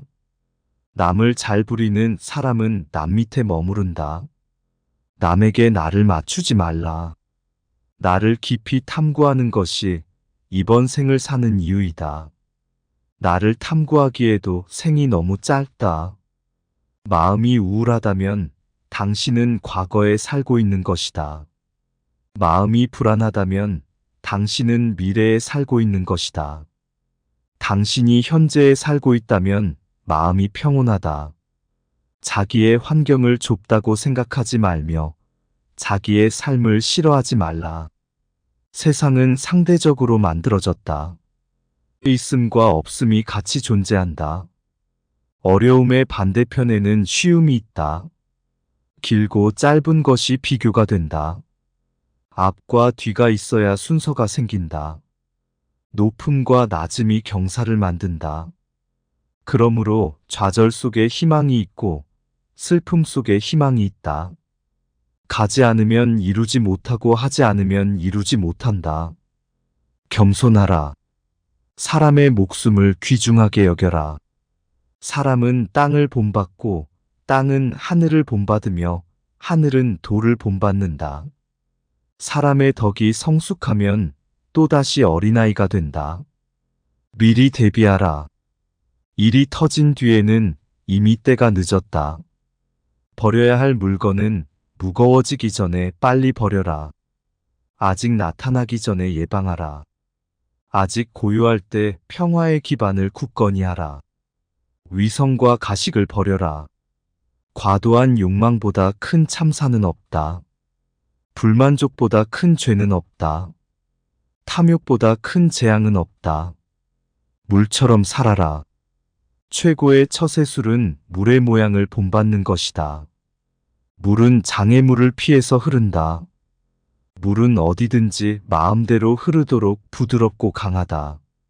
물은 꼭 필요하고 무엇보다 강하다. 물은 만물에게 혜택을 주면서 스스로를 내세우지 않는다. 그 무엇과도 다투지 않는다. 물은 그 형태가 자유롭다. 동그란 그릇에 담으면 동그랗게 되고 네모난 그릇에 담으면 네모가 된다. 모두가 싫어하는 낮은 곳으로 자연스럽게 흘러간다. 스스로를 뽐내지 않기에 오히려 공을 이룬다. 스스로를 드러내지 않기에 그 존재가 더욱 빛난다. 스스로를 옳다고 여기지 않기에 더 고급스럽다. 스스로 자랑하지 않기 때문에 그 이름이 오래도록 기억된다. 물처럼 끝까지 도전하라. 세상에 물보다 더 약하고 무른 것은 없다. 하지만 거대한 바위 위에 물방울이 계속 떨어지면 결국 구멍이 뚫리고 만다. 약한 것도 힘을 모으면 강한 것을 이긴다. 가장 완전한 것은 어딘가 모자라 보인다. 가장 충만한 것은 텅 비어 있다. 구부러진 것이 온전히 남는다. 물보다 센 것은 없다. 또 물보다 약한 것도 없다. 선한 행동은 사람들 속에서 진정한 친구를 얻게 한다. 바다가 모든 물의 왕이 되는 것은 자신을 낮추기 때문이다. 물은 높은 곳에서 낮은 곳으로 흐른다. 그러므로 사람들 위에 서고자 한다면 반드시 겸손하게 말하고 몸을 낮추어야 한다. 혼자서 빛나고자 노력하지 말고 돌처럼 투박해져라. 나만 뒤처진다고 낙심하지 말라. 나만 빼고 주변 사람들이 대단해 보일 때가 있다. 현란한 겉모습에 절대로 속지 말라. 화려한 색은 사람의 눈을 멀게 한다. 화려한 소리는 사람의 귀를 멀게 한다. 화려한 맛은 미각을 마비시킨다. 화려한 물건은 사람이 어리석게 행동하도록 종용한다. 착한 자는 말에 능하지 않고 말에 능한 자는 착하지 않다. 아름다운 말은 믿음직스럽다. 귀함은 천함을 기본으로 한다. 높음은 낮음에서부터 시작한다. 만족을 모르는 것은 가장 큰 화근이다. 지식은 보물이요, 실천은 보물 상자를 여는 열쇠다. 보석이 아무리 가까이 있어도 내가 팔을 뻗지 않으면 결코 원하는 것을 얻을 수 없다. 가지 않은 길은 절대 이룰 수 없다. 재능은 타고난다. 하지만 대부분은 내 재능이 무엇인지 모르고 평생을 산다. 재능을 알려면 어떻게 해야 하는가? 지금 당장 도전하라. 큰 나무도 작은 가지에서 시작된다. 1층의 탑도 작은 벽돌을 쌓는 것부터 시작한다. 마지막에 이르기까지 처음처럼 주의를 기울이면 무슨 일이든 해낼 수 있다. 많이 아는 자는 떠벌리지 않는다. 도를 도라고 강요하는 순간 그것은 도가 아니다. 나의 실력을 생각하지도 않고 자랑하고 무리하지 말라. 그러면 도리어 그 공이 옅어진다. 자기의 재능을 너무 광신하지 말라. 그러면 마음이 흩어지고 노력이 부족해서 실패하기 쉽다. 성인은 자기가 알고 있는 것을 나누는데 인색하지 않다. 남을 아는 사람은 지혜로운 사람이다. 나를 아는 사람은 더욱 명석한 사람이다. 남을 이기는 자는 힘이 있는 사람이다. 나 스스로를 이기는 자는 더욱 강한 자이다. 뛰어난 상인은 좋은 상품이 있더라도 아무것도 가지지 않은 것처럼 행동한다. 언변이 뛰어난 사람은 눌변처럼 들린다. 가장 뛰어난 기교는 서툴게 보이게 꾸미는 것이다. 움직이면 추위를 이길 수 있다. 가만히 있으면 더위를 이길 수 있다. 덕이 많은 사람은 금은 보화로 존중받기를 원하지 않는다. 공을 이루면 몸은 물러나야 한다. 내가 이룬 공 속에 살 생각을 하지 말라. 진실의 말을 굳이 화려하게 장식하지 말라. 화려한 말은 진실이 없는 법이다. 덕을 쌓는 것이 습관이 되어야 한다. 덕을 많이 쌓은 사람은 억제하지 못할 것이 없다. 끝맺음을 처음처럼 하면 실패가 없다. 생각을 조심하라 생각이 말이 된다. 말을 조심하라 말이 행동이 된다. 행동을 조심하라 행동이 습관이 된다. 습관을 조심하라 습관이 인격이 된다. 인격을 조심하라 인격이 운명을 만든다. 인위적으로 도덕이나 생활 태도를 규제하는 것은 인위적인 틀에 불과하다. 강요하면 할수록 인간의 본성이 손실된다. 사람에게 필요한 것은 간단하다. 식량이 필요하고 사랑할 사람이 필요하다. 사랑받을 사람이 필요하고 거처가 필요하다. 필요한 것은 간단하지만 욕심은 무한하다. 필요한 것은 쉽게 충족된다. 그러면 사람은 만족할 수 있고 감사한다. 그러나 욕심은 수백만 가지가 있다. 욕심은 절대로 충족할 수 없다. 그러므로 성인은 하나를 품어 천하의 모범이 된다. 어떤 선택도 하지 않고 오로지 하나, 즉 전체를 선택한다. 모든 대립을 포함하는 하나를 선택한다. 삶과 죽음을 함께 선택한다. 죽음에 반대하는 삶을 선택하는 것이 아니다. 성인은 삶과 죽음을 모두 선택한다. 증오에 대항하는 사랑을 선택하지 않는다. 사람과 증오를 함께 선택한다. 성인은 전체를 선택하고 세상의 모범이 된다. 그가 모범이 되려고 의도한 것이 아니다. 스스로 생겨난 현상이다. 주위의 소중한 분들에게도 공유해 주시면 좋을 것 같습니다.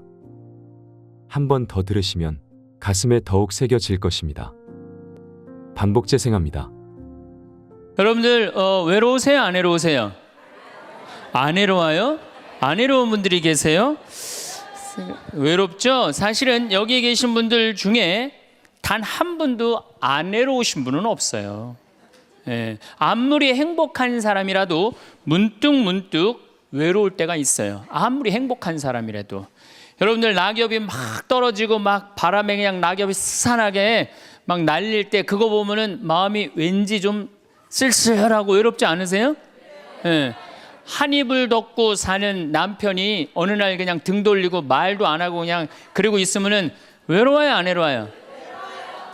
우리 인간은요 고독할 수밖에 없어요. 우리 인간은. 최진실 씨는 죽기 얼마 전에 인터뷰를 할 때 뭐라고 그랬느냐면 20년 동안 연애 생활을 하는 20년 동안 단 하루도 안 외로운 날이 없었다고 그랬어요. 그 외로움이 20년을 축적을 해서 결국은 죽음에 이른 거죠. 여러분들 내가 병이 들어갖고 이제 막 죽기 일보 직전이야. 그래갖고 남편한테 여보 나 죽으면 당신 어떻게 할 거야? 근데 남편이 난 당신 없으면 못 살아. 당신 없으면 난 따라 죽을 거야. 그럼 여러분들 그 말 들어도 좋아요 안 좋아요? 좋죠? 아, 나 죽는데 따라 죽는다는데 얼마나 마음 위로가 돼요. 근데 사실 따라 죽을 수 있는 남편 몇 명이나 될 것 같아요? 여러분들 죽으면은 없어요? 어쨌든 아무리 행복론을 강의했던 그 당사자도 그 병이라는 그 고통에 이기질 못했던 거죠. 그 예수님은 외로웠겠어요? 안 외로웠겠어요? 예수님도 외로웠어요. 예수님이요, 이 뭐라고 그러셨냐면 오늘 루카복음에 말씀이 나오지만은 예수님이 갈릴레아에서 예루살렘으로 올라가는데 중간에 사마리아라는 지역을 지나가면 지름길로 가세요. 그러니까 그 사마리아라는 동네를 딱 들어가려고 그러니까 사마리아 사람들이 예수님이 예루살렘에, 이 사마리아하고 예루살렘 사람들은 원수지간이에요. 그러니까 우리 동네를 지나서 예루살렘에 올라가는 걸 용납을 안 하세요. 용납을 안 합니다, 사마리아 사람들이. 그래서 우리 마을에 못 들어오게 해요. 그러니까 그냥 야고보하고 요한이 너무너무 화가 나갖고 뭐라고 그랬냐면, 주님, 하늘에서 불을 내려다가 살라버릴까요? 그냥 불질러 버린다는 거죠. 우리를 안 받아들이니까. 그런데 예수님이 그들을 꾸짖고 돌아가세요. 그 마을을 돌아가시고 난 다음에, 돌아가고 난 다음에 그 마을 지나서 이런 말씀을 하세요. 하늘의 새도 보금자리가 있고 여우도 굴이 있지만 사람의 아들은 머리 둘 곳조차 없다. 이렇게 말씀하세요. 아니, 온 세상의 임금님이신 예수님조차도 이 세상에서 사시면서 뭐라고 그랬어요? 하늘의 새도 보금자리가 있고 여우도 굴이 있는데 사람의 아들은 머리 둘 곳조차 없다. 예수님도 외로우셨는데 여러분들이 뭐라고 안 외로워요? 예. 본당 신부님들이 가끔 사제가 돼서 본당 사목을 하다가 교우들하고 갈등을 일으켜요. 갈등을 일으키는데 교우들이 본당 신부님 본당에서 몰아낸다고 주교님한테 막 투서하고 막 연판장 막 돌리고 그럴 때 그 사제는 외로울까 안 외로울까요? 외롭죠. 왜? 정말로 하느님 나라를 위해서, 하느님의 교회를 위해서, 그 교회의 구성인 교우들을 위해서 장가도 안 가고 말이야, 혼자 독신으로 그 교우들을 위해서 온전히 삶을 봉헌했는데 그 교우들이 자기를 몰아낸다, 자기를 투소한다, 정말로 모든 걸 바쳤는데 그 바친 당사자들이 자기를 미워할 때 사제는 고독할까요? 안 고독할까요? 고독할 수밖에 없어요. 예수님 역시 가난하고 불쌍한 이들을 위해서 착한 일을 하는데도 유다인들은 예수님께 돌을 집어 던지려고 그래요. 예수님을 미워했어요. 그래서 요한복음 7장을 보면은 예수님이 5천 명을 먹이고 막 기적을 일으키다가 사람들이 마음이 바뀌어갖고 예수님을 죽이려고 그래요. 그러니까 예수님이 요한복음 7장 1절에 뭐라고 그러냐면은 유다를 다니지 않고 갈릴레아에 숨어 다녔다고 그래요. 숨어 다녔다고. 드러나지 않게 다니십니다. 왜? 그들이 당신을 미워하는 걸 아시고 예수님이 드러나지 않아요. 그러니까 너무너무 사랑하는데 나를 미워하면은 여러분들 쓸쓸할 것 같아요? 안 쓸쓸할 것 같아요? 여러분들 남편을 내가 너무너무 사랑해. 남편을 너무너무 사랑하는데 남편이 나를 미워해. 내가 남편을 너무너무 좋아하는데 남편이 나를 미워해. 그러면은요, 그거 고독은요, 이루 말할 수가 없어요. 우리가 언제 주로 살아가면서 고독할까요? 첫 번째 외로움을 느끼는 것은 사랑하는 사람에게서 버림받았을 때 외로움을 느낀다 그래요. 사랑하는 사람. 부모님한테 버림받은 사람들 많죠? 부모님한테 버림받은 사람들 얼마나 많아요. 요즘 보육원에 그냥 자기 아이 버리고 그냥 가는 부모님들 얼마나 많아요. 그리고 이혼하고 그냥 엄마가 보따리 싸들고 그냥 도망가는 엄마들 얼마나 많아요. 그런 아이들 상처가 얼마나 크겠어요. 세상에 천하에 엄마가 나를 버렸다, 아버지가 나를 버리고 갔다, 그들의 마음의 상처는 이루 말할 수가 없죠. 또 사랑하는 애인이 배반하고 가버렸어. 사랑하는 애인이 배반하고 가버렸어. 그러면은 아파요, 안 아파요? 아프죠? 친구가 나를 배반하고 가버렸어. 이거 굉장히 괴로운 거예요. 내가 정말로 너무너무 사랑하는데 결혼하고 싶은 정말로 남자가 있어. 근데 부모님이 반대해갖고 헤어져야 돼. 아파요, 안 아파요? 굉장히 아파죠. 그래서 심지어 그 위대한 다윗도 아들 압살롬이 반란을 일으켜요. 아들이 압살롬이라는 아들이 있는데 반란을 일으켜갖고 다윗이 도망 나갑니다. 예루살렘에서 그냥 급히 도망을 나가면서 이런 시를 불러요. 시편 3편에 주님, 저를 괴롭히는 자들이 어찌리 많습니까? 저를 거슬러 일어나는 자들이 많기도 합니다. 하느님께서 저자를 구원하실성 싶으냐? 저를 빈정대는 자들이 많기도 합니다. 이런 얘기를 해요. 그러니까 다윗도 결국은 누구한테 버림을 받기 시작하냐면 아들한테 버림을 받아요.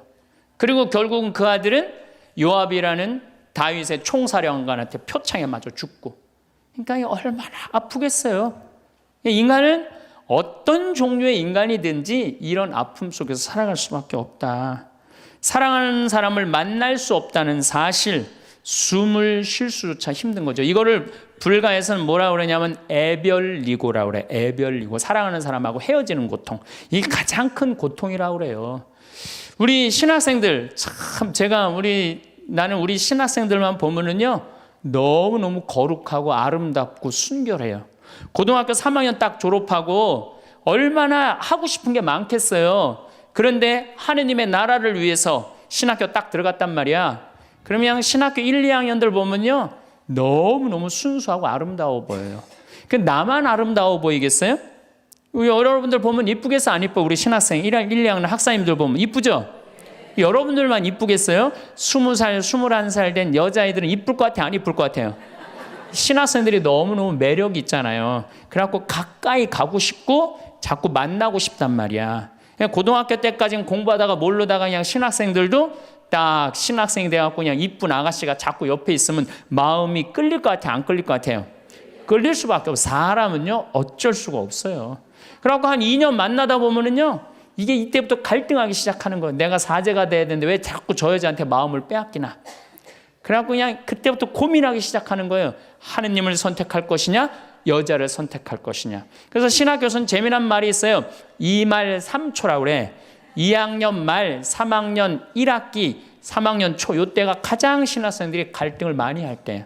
그래갖고 이때 여자를 떠나보내면 이제 4학년 5학년 쭉 군대 가면서 이제 사제 길로 가는 거예요. 근데 이때 그냥 이 여자를 따라가면 이제 신학교 나가는 경우가 많죠. 그래갖고 그냥 그 젊은 나이에 그 피 끓는 뜨거운 애정을 끊고 사제가 되니 애별리고의 고통을 안 겪은 사제가 몇 명이나 될 것 같아요. 그러니까 서푼 때 보면 그냥 누워갖고 그냥 이 깔고 그냥 그 여자 떠나보낸 여자 생각하고 그냥 가슴이 아파서 우는 거예요. 모든 걸 떠나보내야 돼. 인간이 얼마나 이게 힘든 건데요. 그러니까 여러분들 신부님들한테 잘하세요. 괜히 주교님한테 편지 쓰고 그러지 마시고.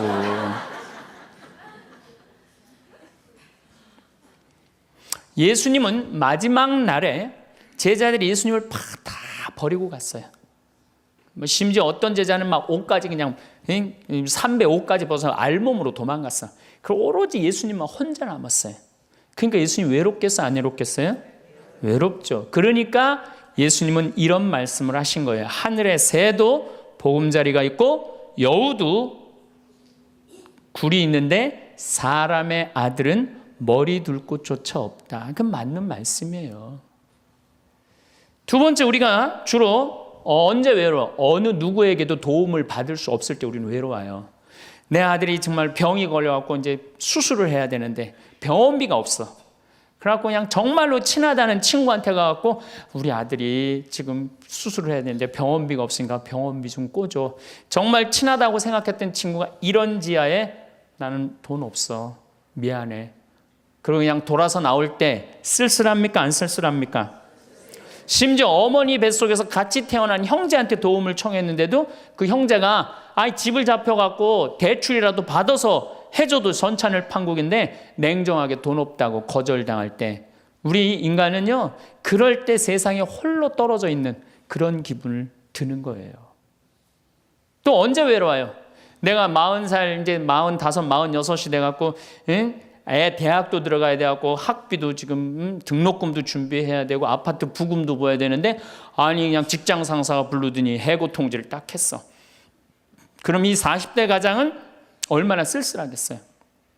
갈 데가 아무 데도 없는 거죠. 대학이라고 졸업은 해놨는데 나를 필요로 하는 데가 아무 데도 없네. 아무리 그냥 원서 지원서를 100통을 써도 그냥 나한테 연락해 주는 사람 하나도 없어. 이럴 때 나를 필요로 하는 사람이 아무도 없을 때 우린 외로운 거예요. 더욱이 그냥 더 힘든 사람들은 어떤 사람들이에요? 철거민들. 갈 데는 없고 겨울은 다가오는데 그냥 내가 그냥 집을 다 부셔갖고 쫓겨날 때 그들의 그 외로움은 이건 또 이루 말할 수가 없죠. 그래서 인간으로 살아가는 한 외로울 수밖에 없어요. 그래서 하이데거라는 철학자는 뭐라고 하냐면 인간은 세상의 내던져진 존재라고. 내던져진 존재. 여기 여러분들 중에 태어나고 싶어서 태어나신 분들 계세요? 한 분도 없죠? 내던져진 거예요, 세상에. 귀양 내던져질 거면 삼성 이건희 회장님 집에 내던져지든지 아니면 정주영 회장님 집에 내던져지든지 그러면 그냥 팔자라도 편안할 텐데 내던져지고 보니까 그냥 똥구멍이 찢어지게 가난한 집에 그냥 내던져진 거야. 그래갖고 그냥 인생 그냥 피곤한 거죠.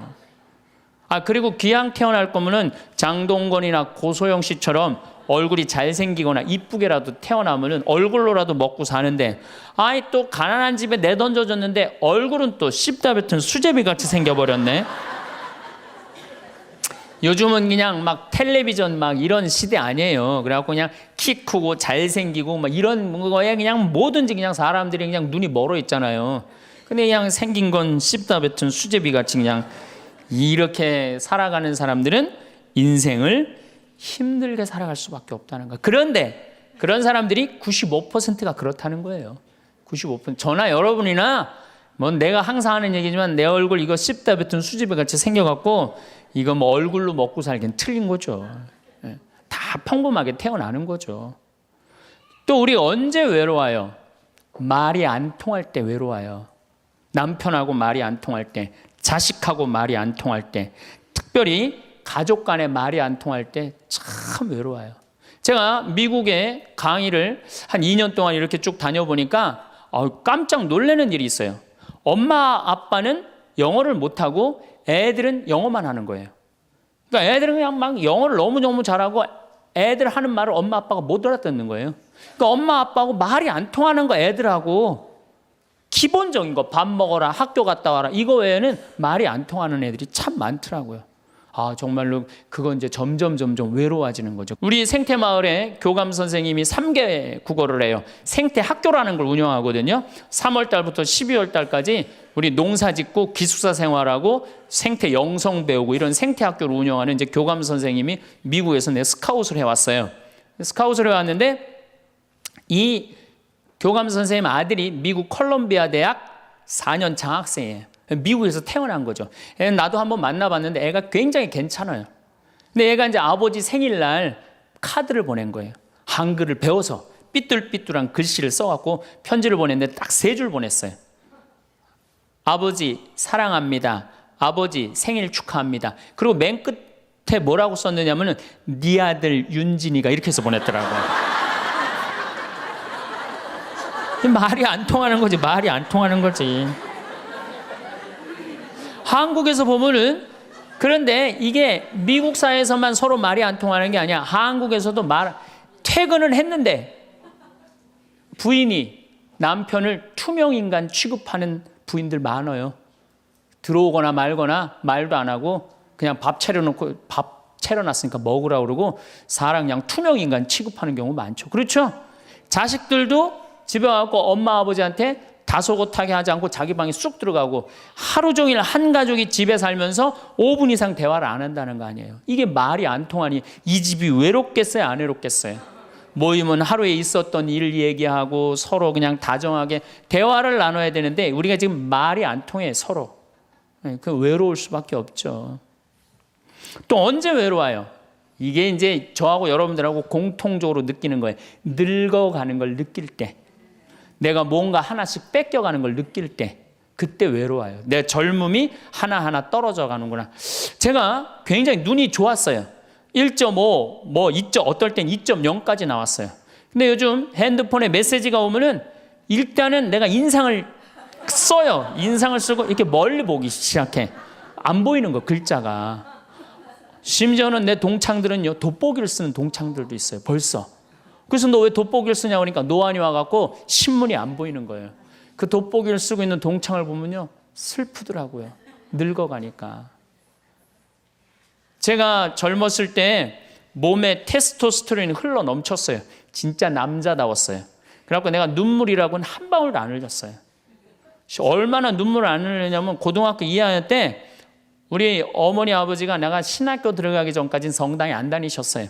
그러니까 이해가 안 됐잖아요. 반대한다고 어머니가 막 약 먹고 자살하고 막 정말로 아버지가 그 막 죽어가는 어머니를 막 끌어안고 저를 보고 뭐라고 그랬느냐면 울면서 제발 신학교 안 간다는 소리 좀 해라. 내가 그랬는데도 눈물 한 방울 안 흘린 놈이야 내가. 물론 우리 어머니 아직도 안 돌아가셨어요. 아직도 안 돌아가시긴 했는데.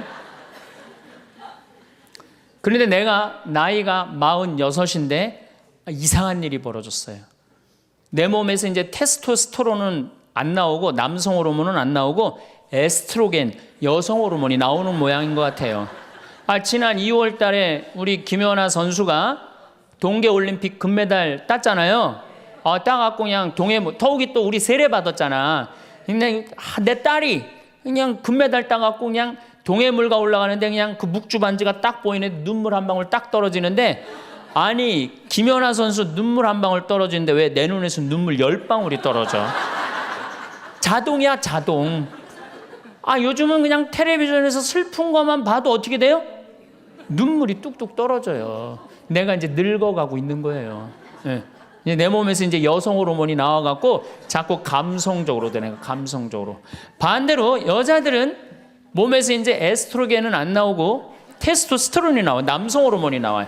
그래갖고 50 넘은 여자들을 보면요, 여자 같은 여자는 하나도 없어요. 깡패 같은 여자들만 그냥 천재 있어요. 깡패 같은 여자. 그냥 몸에서 근데 에스트로겐이 빠져나가면은요, 여성 호르몬이 빠져나가면은요, 기억력도 같이 빠져나간대. 기억력도. 그래갖고 그냥 장을 보러 나가야 되는데 그냥 지갑을 어디다 놔뒀는지 알 길이 없는 거야. 온 집안을 다 뒤져도 지갑이 없는 거예요. 그래갖고 열받는다고 냉장고 딱 열어보니까 김치통 위에다 지갑 딱 올려놔. 아이고 내가 왜 이럴까. 심지어는 어떤 분은 막 1층에서 2층 올라가면서 올라가는 중간에 무슨 일을 하러 올라가는지 까먹는 분도 계세요. 그런 분들 많죠? 더 심각한 분은 어떤 분이냐면 1층하고 2층 중간에 서서 고민하기 시작하는 거예요. 과연 내가 지금 2층에서 내려오고 있는 중이었을까? 1층에서 올라오고 있는 중이었을까? 깜짝깜짝 놀라는 거죠. 심지어는 저는 어떤 분까지 봤느냐면은 핸드폰을 하면서 지금 내가 핸드폰을 찾는데 내 핸드폰 어디 있지? 이러고 있는 사람들도 있어요. 그런 분들도 있어요. 늙어가는 거죠. 늙어가는 건 굉장히 슬픈 거예요. 젊음을 빼앗기는 거, 이런 것들이 자꾸 우리를 슬프게 하죠. 한숨이 나오죠. 더욱이 아줌마들은요, 40이 넘으면 확 갑자기 몸에 얼굴이 열이 확 올라왔다가 열이 확 식었다가 그러죠. 감정의 기복도요, 막 기뻤다가 슬펐다가 분명해요. 울었다 웃었다가 분명해요. 그러면 자식 붙잡고 네가 인생을 어떻게 살라고 그러냐고 막 울다가 갑자기 그냥 성당 친구가 전화 오면은 언제 그랬냐는 듯이 내가 오늘 신부님을 강의를 들었는데 너무 재밌다고 막 깔깔깔깔거리고 막. 그러면 아들이 딸이 엄마 도대체 왜 그래? 이 소리를 들으면요, 여러분들은 심각하게 늙어가고 있는 거예요. 엄마 도대체 왜 이래? 내가 이제 늙어가는 거죠. 그럴 때 우리 인간은 외로움을 느낀다는 거죠. 우리가 언제 외로울까요? 아플 때 외롭다 그래요. 아플 때. 구약의 유명한 욥은 온몸에 종기가 나서 사람들이 자기를 무시할 때 이런 노래를 부릅니다. 내 형제들은 내게서 멀어지고 내 친구들은 남이 되어 버렸다네. 친척과 친지들은 떨어져 나가고 집안 식객들은 나를 잊었으며 계집종들은 나를 낯선 자로 여기니 저들 눈에 나는 이방인이 되었다네. 내 입김은 아내에게 메스껍고 내 몸에 나는 악취를 자식들에게 풍긴다네. 어린 것들조차 나를 업신여기고 내가 일어서려고만 해도 나를 두고 비아냥거리네. 내게 가까운 동아리도 모두 나를 역겨워하고 내가 사랑하는 자들도 내게 등을 돌리는구려. 이 아픔은요, 이게 우리 인간이 아직 가장 서러울 때가 아플 때예요. 그건 내 남편도 필요 없고 자식도 필요 없을 때가 굉장히 많죠. 그렇죠? 아플 땐 그래요. 어떤 분이 그런 얘기를 하더라고요. 나하고 나이가 비슷한 분인데 자기가 고등학교 때 엄마가 참 자기를 사랑했는데도 불구하고 하루는 굉장히 토했대요. 근데 밤새 토했는데 엄마가 나 토하는 걸 아는데도 문 한 번 안 열어봤을 때 그렇게 외롭고 쓸쓸하고 지금도 그 20몇 년 전 그 생각을 하면은 지금도 외롭고 섭섭하다는 거예요. 그러니까 우리가 가장 서러움을 많이 느낄 때 언제 서러움을 많이 아플 때 나한테 무심하게 대할 때 우리가 서러움을 많이 느낀다는 거죠. 그래서 시편 69편에 이런 얘기가 있어요. 하느님 저를 구하소서. 목까지 물이 들어찼습니다. 깊은 수렁 속에 빠져 발 디딜 데가 없습니다. 물속 깊은 곳으로 빠져 물살이 저를 지칩니다. 소리 지르느라 지치고 저의 목도 쉬었습니다. 저를 까닭 없이 미워하는 자들이 제 머리카락보다 많습니다. 제가 빼앗지도 않았는데 물어내라 합니다.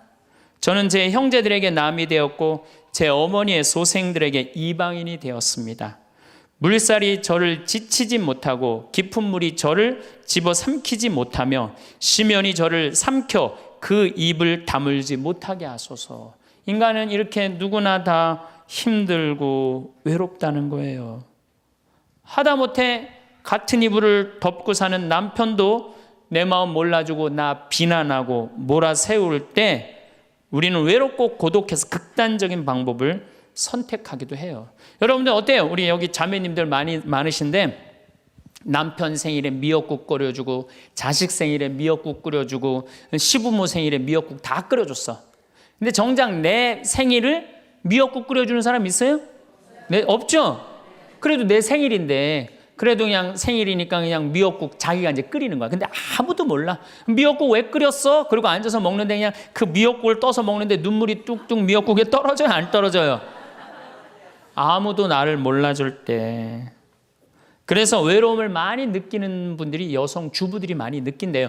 애들은 공부하러 학교 다니고 남편은 직장 다니고 빈집을 지키고 있으면 그렇게 쓸쓸하대요. 그래서 이걸 뭐라고 그러냐면은 빈둥지 증후군이 있대요. 빈둥지 증후군.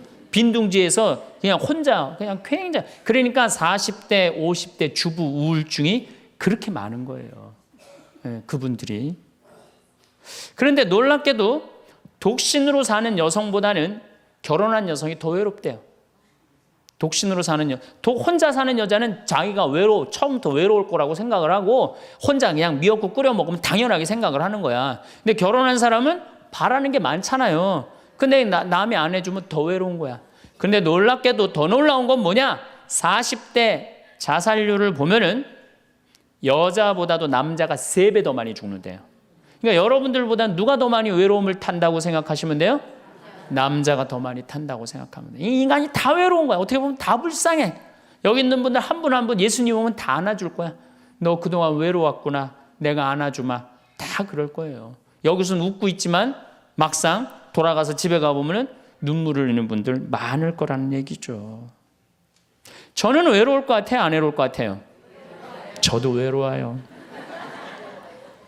제가 92년도 철산성당에서 보좌신부, 경기도 광명 철산성당에서 보좌신부를 했는데 한 12월 15일쯤 됐어요. 아이들이 연합고사 본 날이에요. 그래갖고 저녁 먹고 이제 성당을 이렇게 산책을 하는데 지하실에서 뭐 난리도 아니에요. 뭐 의자 부시는 소리에 뭐 비명 소리에 정신이 하나도 없더라고요. 그래서 내려가서 보니까 아이들이 소주를 먹고 어떻게 하느냐면은 뭐 난리도 아니야. 뭐 자기네들끼리 의자를 부시고 끌어안고 울고 별놈이 다 있더라고요. 별놈이 다 있어갖고 니네들 도대체 왜 그러느냐? 저는 중학교 아이들이 술 먹고 담배 피는 거 내가 본당 신부할 때 나한테 걸려도 난 한 번도 혼낸 적이 없어요. 애들.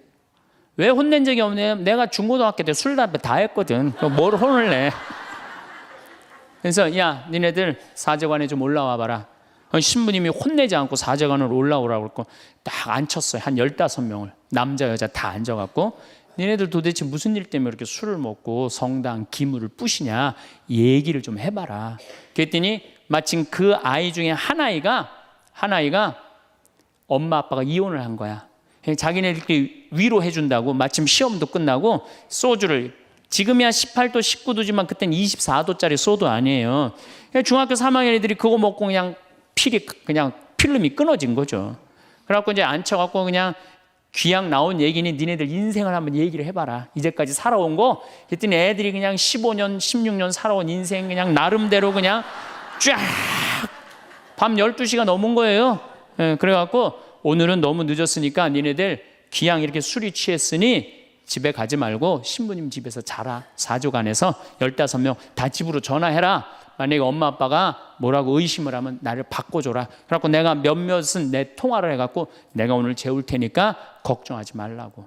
그리고 애들한테 니네들 술은 이렇게 먹는 게 아니다. 그래갖고 내가 또 꼬냑을 또 한 병 꺼내갖고 한 잔씩 탁 따라주면서 아이들하고 정말로 다정한 얘기를 했어요. 그러니까 아이들이 너무 좋잖아요. 술을 먹었는데 혼을 내기를 하나, 또 신부님이 방에서 재워주지, 자기 얘기 다 들어주지. 그래서 내가 2월 달에 발령을 받아갖고 떠나는데 가지 말라고. 애들이 일주일 동안 우는 거예요. 가지 말라고. 신부님 우리랑 살자고. 그래갖고 내가 발령 받아가는 애들 발령 받아가는 날 30명이 학교를 안 간 거예요. 가지 말라고. 그래갖고 제가 이제 수원으로 이제 발령을 받아갔는데 토요일만 되면은 전철을 타고 내려오는 거예요. 토요일만 되면은 30명이. 그래갖고 한 주, 두 주 오다 말겠지. 그런데 애들이 3개월 동안 계속 내려오는 거예요. 나보고 싶다고. 생각해보니까 이렇게 하면 안 되겠더라고. 이렇게 끌고 다니다가는 10년 후에는 한 3,000명 끌고 다니겠더라고요. 그래서 사제는 본당을 떠나면은 인연을 끊어야 되는구나. 그때 깨달았어요. 그 다음 사제가 정말로 사목을 잘할 수 있도록 떠난 본당에 일체 연락하면 안 되고 떠난 본당 사람들하고 어울리면 안 되는구나. 그때 깨달았어요. 그래갖고 제가 이제 평택에서 이제 비전동 성당이라고 5년 초대 본당 신부를 했어요. 초대 본당 신부 했으니 교우들하고 얼마나 친했겠어요. 그 다음에 경기도 광주에서 능평 성당이라고 거기도 또 초대 본당 신부 5년을 했어요. 10년을 본당 신부로 하고 제가 지금 강원도 평창에 이제 갔잖아요. 6년 전에 평창에 갔는데 내 첫 영명 축일 때 교우들이 신부님 축일 축하한다고 몇 명이나 왔냐면 200명이나 온 거예요. 기분이 너무너무 좋더라고요. 이야, 나를 잊지 않고 이렇게 200명이나 와줬구나. 그렇지만 저는 연락은 안 해, 개인적으로. 근데 둘째에 150명으로 줄어들었어요. 내 축일에. 셋째에는 100명으로 줄어들더라고요. 뭐 계속 연락은 안 하니까 넷째 해는 50명으로 줄어들었어요. 작년에는 30명으로 줄어들더니 올해 내 축일에는 17명이 딱 앞에 그냥 쭉 한 줄 앉아 있는데 외롭더라고요. 근데 사실은 그 200명에서 17명까지 줄어들 때 누가 연락을 안 하고 산 거예요? 내가 연락 안 하고 산 거예요. 사실은 그 외로움을 누가 먼저 만들었냐면 내가 먼저 만드는 거예요. 여러분들 외로운 분들 보면은요, 사실은 어떻게 보면은 다 본인이 담을 쌓고 살기 때문에 외로운 거지, 본인이 마음에 담을 허물면요 절대 안 외로워요. 근데 담 쌓고 사는 경우 많죠. 형제나 친척이 잘못하면은 내가 니네들하고 연락하고 사나 봐라. 그리고 딱 인연 끊어버리잖아요. 그러니까 우리가 외로움은 점점 우리를 더 힘들게 만들어요. 대한민국 사람들이 굉장히 외로운 것 같아요. 대한민국의 명장면이 하나 있어요. 저는 이해가 안 가는 장면 하나 있어요. 대한민국 사람 참 외롭구나. 대한민국 아줌마들이 외롭구나를 느끼는 장면 하나가 있어요. 그게 뭐냐면 연예인들 군대 갈 때예요. 아니 연예인들 군대 가는데 왜 아줌마 500명이 따라가. 자기 아들 군대 가는 것도 아닌데. 그래갖고 그냥 거기다가 막 기다린다 그러고. 그러니까 어디 마음을 열어놓을 데가 없는데 그 연예인한테 마음을 열어놓고 사는데 그 연예인이 2년 동안 안 보인다고 그러니 얼마나 슬퍼. 그러니까 그 앞에서 우는 거예요. 참 그 슬픈 장면이죠. 이렇게 만만치 않은 인생살이 살아가기 힘들 때 사람들은 극단적인 방법을 택합니다. 너무 외로울 때, 절망이 끝에 달할 때, 키에르 케고로라는 철학자는 죽음에 이르는 병을 절망이라고 그래요. 절망. 외로움에서 끝에 아무도 내 옆에 없구나. 이런 절망에 할 때 죽음에 이른다는 거죠. 우리가 여러분들 이 죽음이라는 게 얼마나 무서운 거예요. 어떤 사형수가 교수대에 올라가다가 그 교수대에 올라가는 계단이 썩었나 봐요. 그래갖고 계단에 딱 떨어졌어. 미끄러져갖고 떨어지고 한 말 있잖아요. 하마터면 죽을 뻔했다고. 바로 죽기 직전까지 우리 인간은 무슨 끈을 놓지 않아요? 삶의 끈을 놓지 않아요. 그럼에도 불구하고 죽음을 선택한다는 건 그만큼 괴롭다는 거예요. 그러니까 대한민국에 자살이 많다는 이유는 뭐냐면은 누가 잘못 사는 거냐면 우리가 잘못 사는 거예요. 우리 종교인들이 잘못 살아서 그래요. 아니 그런 외로운 사람들 위로가 되려고 예수님이 이 세상에 왔는데 우리가 위로가 안 되는 거죠. 그러니까 그냥 끈이 없다고 생각하니까 그냥 목숨을 끊는 거죠. 그러니까 외로운 거는 못난 사람들도 외로움을 느끼지만 어떤 사람들도 외로움을 느껴요? 잘난 사람들도 외로움을 느껴요. 그래서 사람들은 이래요. 나는 미치도록 외롭다. 죽고 싶을 정도로 외롭다는 말을 해요. 미치도록 외롭다는 말. 여러분들 현대인들이요, 한 번은 60% 정도는 살아가면서 우울증에 걸린대요. 한 번은. 여기 계신 분들 중에 지금 군대 가는 아이들 멘탈 테스트를 해보면요, 한 50% 이상이 한 번은 제정신이 아닌 상태래요. 멘탈 테스트를 해보면은. 그러니까 여기 계신 분 두 분 중에 한 분은 지금 제정신이 아닌 거예요. 반은 제정신 아닌 상태로 지금 앉아 있는 거예요. 신부님, 저는 제정신인 것 같은데요. 그분은 완전히 도루신 분이에요. 왜 제정신이 아닌 상태에서 우리가 지금 살고 있느냐? 텔레비전 보면요, 기가 막힌 거 많이 나와요. 보험금 타먹는다고 한 10년 전에 자식 손가락 자른 아버지 생각나시죠? 네. 그리고 얼마 전에는 초등학교, 중학교 애들이 초등학교를 발로 차갖고 그냥 공중에 뜬 거 재밌다고 동영상 찍어갖고 올려놓은, 그 제정신이에요? 제정신 아니에요? 제정신 아니에요. 부모가 자식 죽이고, 자식이 부모 죽이고, 남편이 아내 죽이고, 아내가 남편 죽이고, 이게 우리가 다 제정신이 아니에요. 100년 전 조선시대 사람들을 데려다 놓고, 100년 전 조선시대 사람을 데려다 놓고 한번 여러분들 요즘 사회 뉴스를 한번 보게 하세요. 그 사람 미칠 것 같아요? 안 미칠 것 같아요? 근데 여러분들은 그거 매일 죽이고 살인하고 강간하고 뭐 아이들만 성추행하고 이러는 거 보는데도 여러분들 왜 안 미쳐요? 이미 어느 정도 미쳐 있어. 미쳐 있기 때문에 그걸 봐도 안 이상한 거예요. 그러니까 우리가 잃어버린 마음을 찾아야 된다는 거죠. 잃어버린 마음을. 그러니까 외로운 사람들끼리 서로 모여서 서로 위로가 돼야 되는데, 외로운 사람들이 뭘 하느냐면 컴퓨터 게임에 미쳐 있는 거예요. 컴퓨터 다 사람은 안 만나고 기계만 만나는 거예요. 그러니까 더 미치는 거죠. 더 미치는 거예요. 그래서 우리가 이런 외로움을 극복하려고 그러면은 정말로 서로 사랑해야 돼요. 예수님 말씀처럼 우리가 서로 사랑해야 돼요. 서로를 배려해주고 서로를 신경 써주고. 근데 우리는 이게 서로 사랑하고 서로 배려해주는 게 부족한 거죠. 굉장히 이기적으로 사는 거죠. 이기적으로. 그럼 여러분들은 언제 외로움을 정말로 극단적으로 느끼느냐? 자식한테 기댈 때. 특히 여기 계신 여러분들은 언제 더 많은 외로움을 느끼냐면 늙어서 자식이 나한테 잘해주겠지, 이런 마음 먹는 분들은요 외로워요. 딸이 나한테 잘해주겠지, 늙어서 나 용돈도 주고 내가 고생해서 키워놨으니까 나 호강시켜주겠지, 이런 생각하는 분들은요 외로울 수밖에 없어요. 자식은요 잘 키워도 소용없고 못 키워도 소용없는 게 자식이에요. 자식은 그저 고등학교 3학년 때까지 키우고 끝나야지, 그 다음 욕심내면요 여러분들 외로울 수밖에 없어요. 그러면은 못 키운 자식이 왜 소용없어요? 그냥 중고등학교 때 속새기는 놈 커서도 속새겨요. 직장도 못 들어가고 그냥 빌빌거리고, 그리고 또 결혼해도 제대로 살지도 못하고 그냥 또 이혼해갖고 그냥 손자 그냥 나한테 맡겨갖고 힘들어. 그러니까 자식은 못 키우는 자식 소용없어요. 그러면은 잘 키우는 자식은 왜 소용없느냐? 잘 키운 건 더 소용없어요. 그냥 좋은, 여기 지금 서울대학 여기 가까이 있잖아요. 며칠 전에도 내가 서울대학 가서 강의를 했는데 똑똑해. 정말 누가 봐도 잘 키워놨고 잘라놨어. 빛이 번쩍번쩍 나. 서울대학 졸업하고 난 다음에 삼성에 취직을 했어. 그래갖고 아들이 양복을 입고 출근하는데 너무 보기가 좋은 거야. 그렇게 잘 논 아들일수록 더 여우 같은 며느리가 나타나갖고 낚아채 가는 거예요. 더 여우 같은 며느리가 낚아채 가는 거예요. 그럼 낚아채 가면 그날로 끝나는 거예요. 그날로. 그러니까 어차피 자식은 떠나게 돼 있어요. 어차피 자식은 떠나게 돼 있어요. 그러니까 여러분들 이제는 내가 자식한테 내 인생을 기대한다 생각하지 말라는 거예요. 더욱이 여러분들 자식들 정말로 사랑으로 키워요? 태어나갖고 자식들 사랑으로 키워요? 맨날 방에 가둬놓고 공부해라, 공부해라. 그러지 않아요? 맨날 공부해라고. 그래서 여러분들 이 생각만 하면 돼. 내가 어렸을 때 자식하고 다정하게 맛있는 거 먹으러 다니고 놀러도 다니고 그리고 난 다음에 대화도 막 늘 살갑게 한 엄마는 늙어서 자식이 먹으러도 다니고 놀러도 다니고 대화해줘요.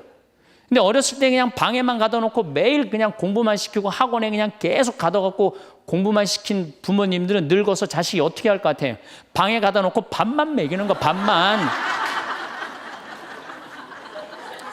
그리고 이제 완전히 이제 늙어갖고 움직이지 못할 때 어떻게? 학원에 그냥 계속 가두듯이 이제는 그냥 양로원에 그냥 가둬갖고 그냥 거기서 살라고 그래. 그냥 자식들한테 공부해라, 공부해라 그런 부모님들 이거 심각하게 이거 고민해야 돼요. 그런 분들은 더 외로울 수밖에 없어. 더 외로울 수밖에 없어.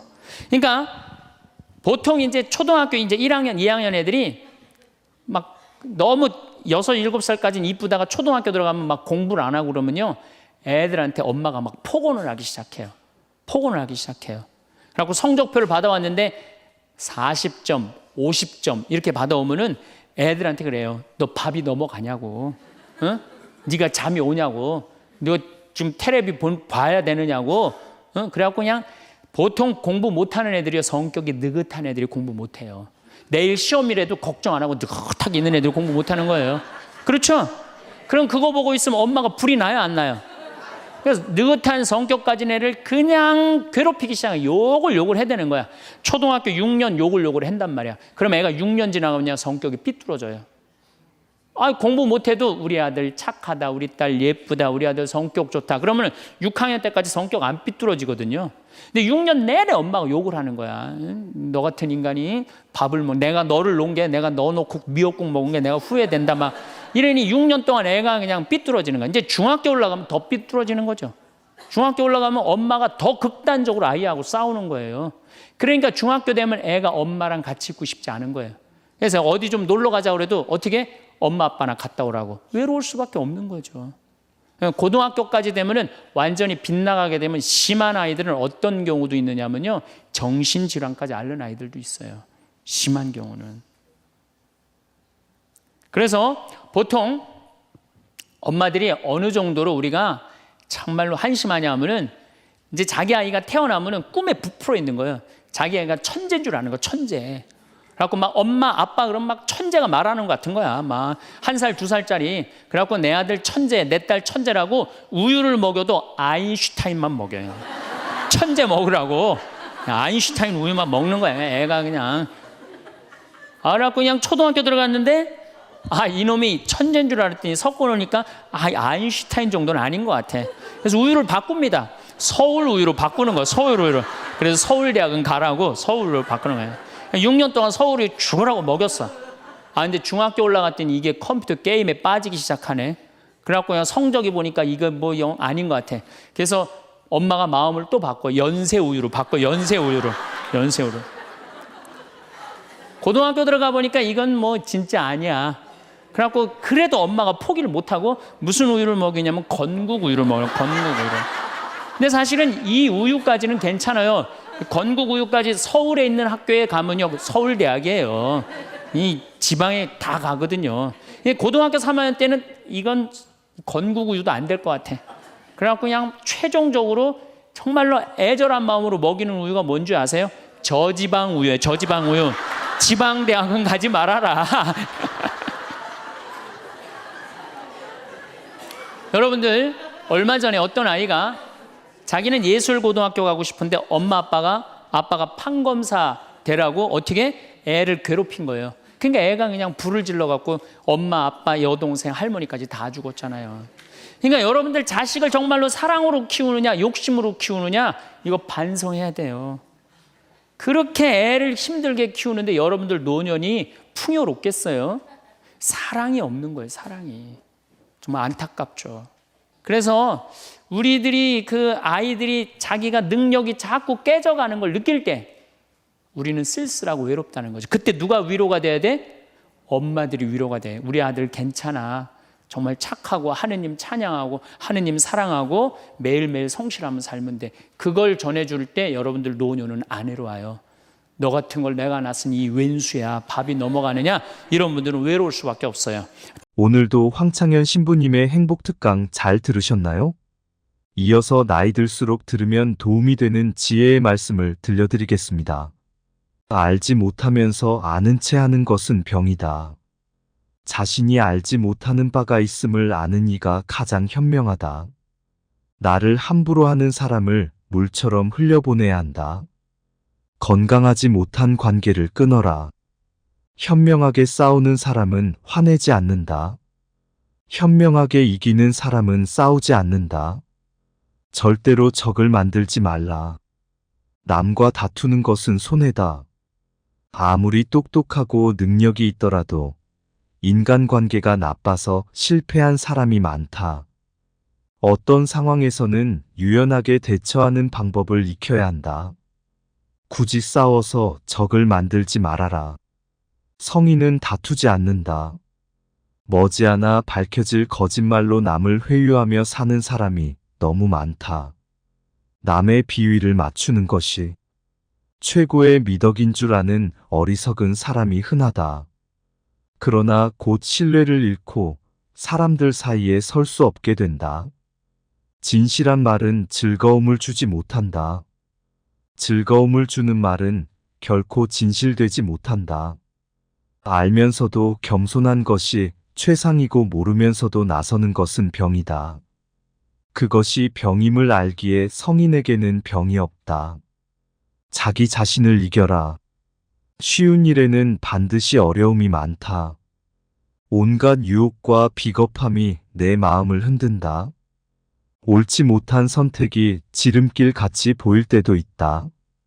하지만 가벼운 것은 반드시 나를 배신한다. 해로운 것을 무시하는 힘으로 스스로 이로운 것을 얻을 수 있다. 남을 아는 사람은 현명한 사람이고 나를 아는 사람은 복이 있는 사람이다.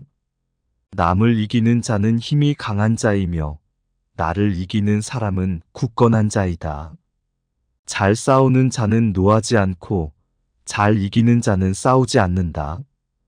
부드러운 것이 세상을 지배한다. 굽히지 못하는 군대로 천하를 다스릴 수 없다. 강한 사람이 되고 싶다면 최선을 다해서 구부려라. 진정으로 옳은 자는 스스로를 드러내지 않는다. 스스로 자랑하는 자는 공이 없다. 스스로 칭찬하는 자는 오래가지 못한다. 이는 한쪽 다리로 오래 서 있는 것이나 마찬가지이다. 부드러움은 반드시 강함을 이긴다. 삶을 받아들여라. 삶에 항복하라. 그러면 삶은 나를 파괴하지 못하고 아무도 나를 이기지 못할 것이다. 사람이 살아있을 때는 부드럽고 약하지만 모든 것은 죽는다. 만물과 초목도 살아있을 때는 부드럽지만 죽고 나서는 뻣뻣해진다. 딱딱하고 강한 것은 죽음에 가깝고 부드럽고 약한 것은 삶의 기운이다. 강한 것은 아래에 머물고 부드러운 것은 위에 있는 것이 순리이다. 스스로 자랑하지 않을 때 오히려 그 이름이 오래 기억된다. 세상 모든 것은 변한다. 이 진리를 깨달으면 세상에 어떤 것도 잡을 필요가 없다. 삶에 집착이 없으니 죽음도 두렵지 않다. 죽음이 두렵지 않으니 어떤 것이든 행할 수 있게 된다. 스스로 깨달음을 얻는 자는 영원한 생명을 얻는다. 큰 걸음으로 걷는 사람은 오래 걷지 못한다. 자신이 옳다고 우기는 사람은 빛나지 못한다. 자신의 관점을 강요하는 사람은 진정한 깨달음에 도달하지 못한다. 자신을 드러내는 사람은 공을 차지하지 못한다. 자신을 내세우는 사람은 지도자가 될 수 없다. 이것은 껍데기나 마찬가지이다. 가장 완전한 것은 결핍된 듯 보인다. 그러나 그 쓰임은 끊어짐이 없고 가장 충만한 것은 비어있는 듯 보인다. 하지만 그 쓰임은 다음이 없다. 가장 고운 것은 굽은 것처럼 보이고 가장 뛰어난 웅변은 어눌한 것처럼 보인다. 남을 잘 부리는 사람은 남 밑에 머무른다. 남에게 나를 맞추지 말라. 나를 깊이 탐구하는 것이 이번 생을 사는 이유이다. 나를 탐구하기에도 생이 너무 짧다. 마음이 우울하다면 당신은 과거에 살고 있는 것이다. 마음이 불안하다면 당신은 미래에 살고 있는 것이다. 당신이 현재에 살고 있다면 마음이 평온하다. 자기의 환경을 좁다고 생각하지 말며 자기의 삶을 싫어하지 말라. 세상은 상대적으로 만들어졌다. 있음과 없음이 같이 존재한다. 어려움의 반대편에는 쉬움이 있다. 길고 짧은 것이 비교가 된다. 앞과 뒤가 있어야 순서가 생긴다. 높음과 낮음이 경사를 만든다. 그러므로 좌절 속에 희망이 있고 슬픔 속에 희망이 있다. 가지 않으면 이루지 못하고 하지 않으면 이루지 못한다. 겸손하라. 사람의 목숨을 귀중하게 여겨라. 사람은 땅을 본받고 땅은 하늘을 본받으며 하늘은 돌을 본받는다. 사람의 덕이 성숙하면 또다시 어린아이가 된다. 미리 대비하라. 일이 터진 뒤에는 이미 때가 늦었다. 버려야 할 물건은 무거워지기 전에 빨리 버려라. 아직 나타나기 전에 예방하라. 아직 고요할 때 평화의 기반을 굳건히 하라. 위성과 가식을 버려라. 과도한 욕망보다 큰 참사는 없다.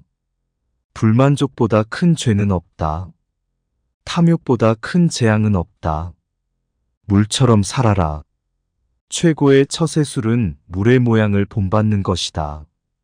물은 장애물을 피해서 흐른다. 물은 어디든지 마음대로 흐르도록 부드럽고 강하다.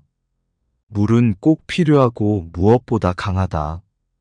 물은 만물에게 혜택을 주면서 스스로를 내세우지 않는다. 그 무엇과도 다투지 않는다. 물은 그 형태가 자유롭다. 동그란 그릇에 담으면 동그랗게 되고 네모난 그릇에 담으면 네모가 된다. 모두가 싫어하는 낮은 곳으로 자연스럽게 흘러간다. 스스로를 뽐내지 않기에 오히려 공을 이룬다. 스스로를 드러내지 않기에 그 존재가 더욱 빛난다. 스스로를 옳다고 여기지 않기에 더 고급스럽다.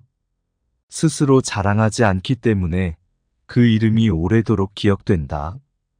물처럼 끝까지 도전하라. 세상에 물보다 더 약하고 무른 것은 없다. 하지만 거대한 바위 위에 물방울이 계속 떨어지면 결국 구멍이 뚫리고 만다. 약한 것도 힘을 모으면 강한 것을 이긴다. 가장 완전한 것은 어딘가 모자라 보인다. 가장 충만한 것은 텅 비어 있다. 구부러진 것이 온전히 남는다. 물보다 센 것은 없다. 또 물보다 약한 것도 없다. 선한 행동은 사람들 속에서 진정한 친구를 얻게 한다. 바다가 모든 물의 왕이 되는 것은 자신을 낮추기 때문이다. 물은 높은 곳에서 낮은 곳으로 흐른다. 그러므로 사람들 위에 서고자 한다면 반드시 겸손하게 말하고 몸을 낮추어야 한다. 혼자서 빛나고자 노력하지 말고 돌처럼 투박해져라. 나만 뒤처진다고 낙심하지 말라. 나만 빼고 주변 사람들이 대단해 보일 때가 있다. 현란한 겉모습에 절대로 속지 말라. 화려한 색은 사람의 눈을 멀게 한다. 화려한 소리는 사람의 귀를 멀게 한다. 화려한 맛은 미각을 마비시킨다. 화려한 물건은 사람이 어리석게 행동하도록 종용한다. 착한 자는 말에 능하지 않고 말에 능한 자는 착하지 않다. 아름다운 말은 믿음직스럽다. 귀함은 천함을 기본으로 한다. 높음은 낮음에서부터 시작한다. 만족을 모르는 것은 가장 큰 화근이다. 지식은 보물이요, 실천은 보물 상자를 여는 열쇠다. 보석이 아무리 가까이 있어도 내가 팔을 뻗지 않으면 결코 원하는 것을 얻을 수 없다. 가지 않은 길은 절대 이룰 수 없다. 재능은 타고난다. 하지만 대부분은 내 재능이 무엇인지 모르고 평생을 산다. 재능을 알려면 어떻게 해야 하는가? 지금 당장 도전하라. 큰 나무도 작은 가지에서 시작된다. 1층의 탑도 작은 벽돌을 쌓는 것부터 시작한다. 마지막에 이르기까지 처음처럼 주의를 기울이면 무슨 일이든 해낼 수 있다. 많이 아는 자는 떠벌리지 않는다. 도를 도라고 강요하는 순간 그것은 도가 아니다. 나의 실력을 생각하지도 않고 자랑하고 무리하지 말라. 그러면 도리어 그 공이 옅어진다. 자기의 재능을 너무 광신하지 말라. 그러면 마음이 흩어지고 노력이 부족해서 실패하기 쉽다. 성인은 자기가 알고 있는 것을 나누는데 인색하지 않다. 남을 아는 사람은 지혜로운 사람이다. 나를 아는 사람은 더욱 명석한 사람이다. 남을 이기는 자는 힘이 있는 사람이다. 나 스스로를 이기는 자는 더욱 강한 자이다. 뛰어난 상인은 좋은 상품이 있더라도 아무것도 가지지 않은 것처럼 행동한다. 언변이 뛰어난 사람은 눌변처럼 들린다. 가장 뛰어난 기교는 서툴게 보이게 꾸미는 것이다. 움직이면 추위를 이길 수 있다. 가만히 있으면 더위를 이길 수 있다. 덕이 많은 사람은 금은 보화로 존중받기를 원하지 않는다. 공을 이루면 몸은 물러나야 한다. 내가 이룬 공 속에 살 생각을 하지 말라. 진실의 말을 굳이 화려하게 장식하지 말라. 화려한 말은 진실이 없는 법이다. 덕을 쌓는 것이 습관이 되어야 한다. 덕을 많이 쌓은 사람은 억제하지 못할 것이 없다. 끝맺음을 처음처럼 하면 실패가 없다. 생각을 조심하라 생각이 말이 된다. 말을 조심하라 말이 행동이 된다. 행동을 조심하라 행동이 습관이 된다. 습관을 조심하라 습관이 인격이 된다. 인격을 조심하라 인격이 운명을 만든다. 인위적으로 도덕이나 생활 태도를 규제하는 것은 인위적인 틀에 불과하다. 강요하면 할수록 인간의 본성이 손실된다. 사람에게 필요한 것은 간단하다. 식량이 필요하고 사랑할 사람이 필요하다. 사랑받을 사람이 필요하고 거처가 필요하다. 필요한 것은 간단하지만 욕심은 무한하다. 필요한 것은 쉽게 충족된다. 그러면 사람은 만족할 수 있고 감사한다. 그러나 욕심은 수백만 가지가 있다. 욕심은 절대로 충족할 수 없다. 그러므로 성인은 하나를 품어 천하의 모범이 된다. 어떤 선택도 하지 않고 오로지 하나, 즉 전체를 선택한다. 모든 대립을 포함하는 하나를 선택한다. 삶과 죽음을 함께 선택한다. 죽음에 반대하는 삶을 선택하는 것이 아니다. 성인은 삶과 죽음을 모두 선택한다. 증오에 대항하는 사랑을 선택하지 않는다. 사람과 증오를 함께 선택한다. 성인은 전체를 선택하고 세상의 모범이 된다. 그가 모범이 되려고 의도한 것이 아니다. 스스로 생겨난 현상이다.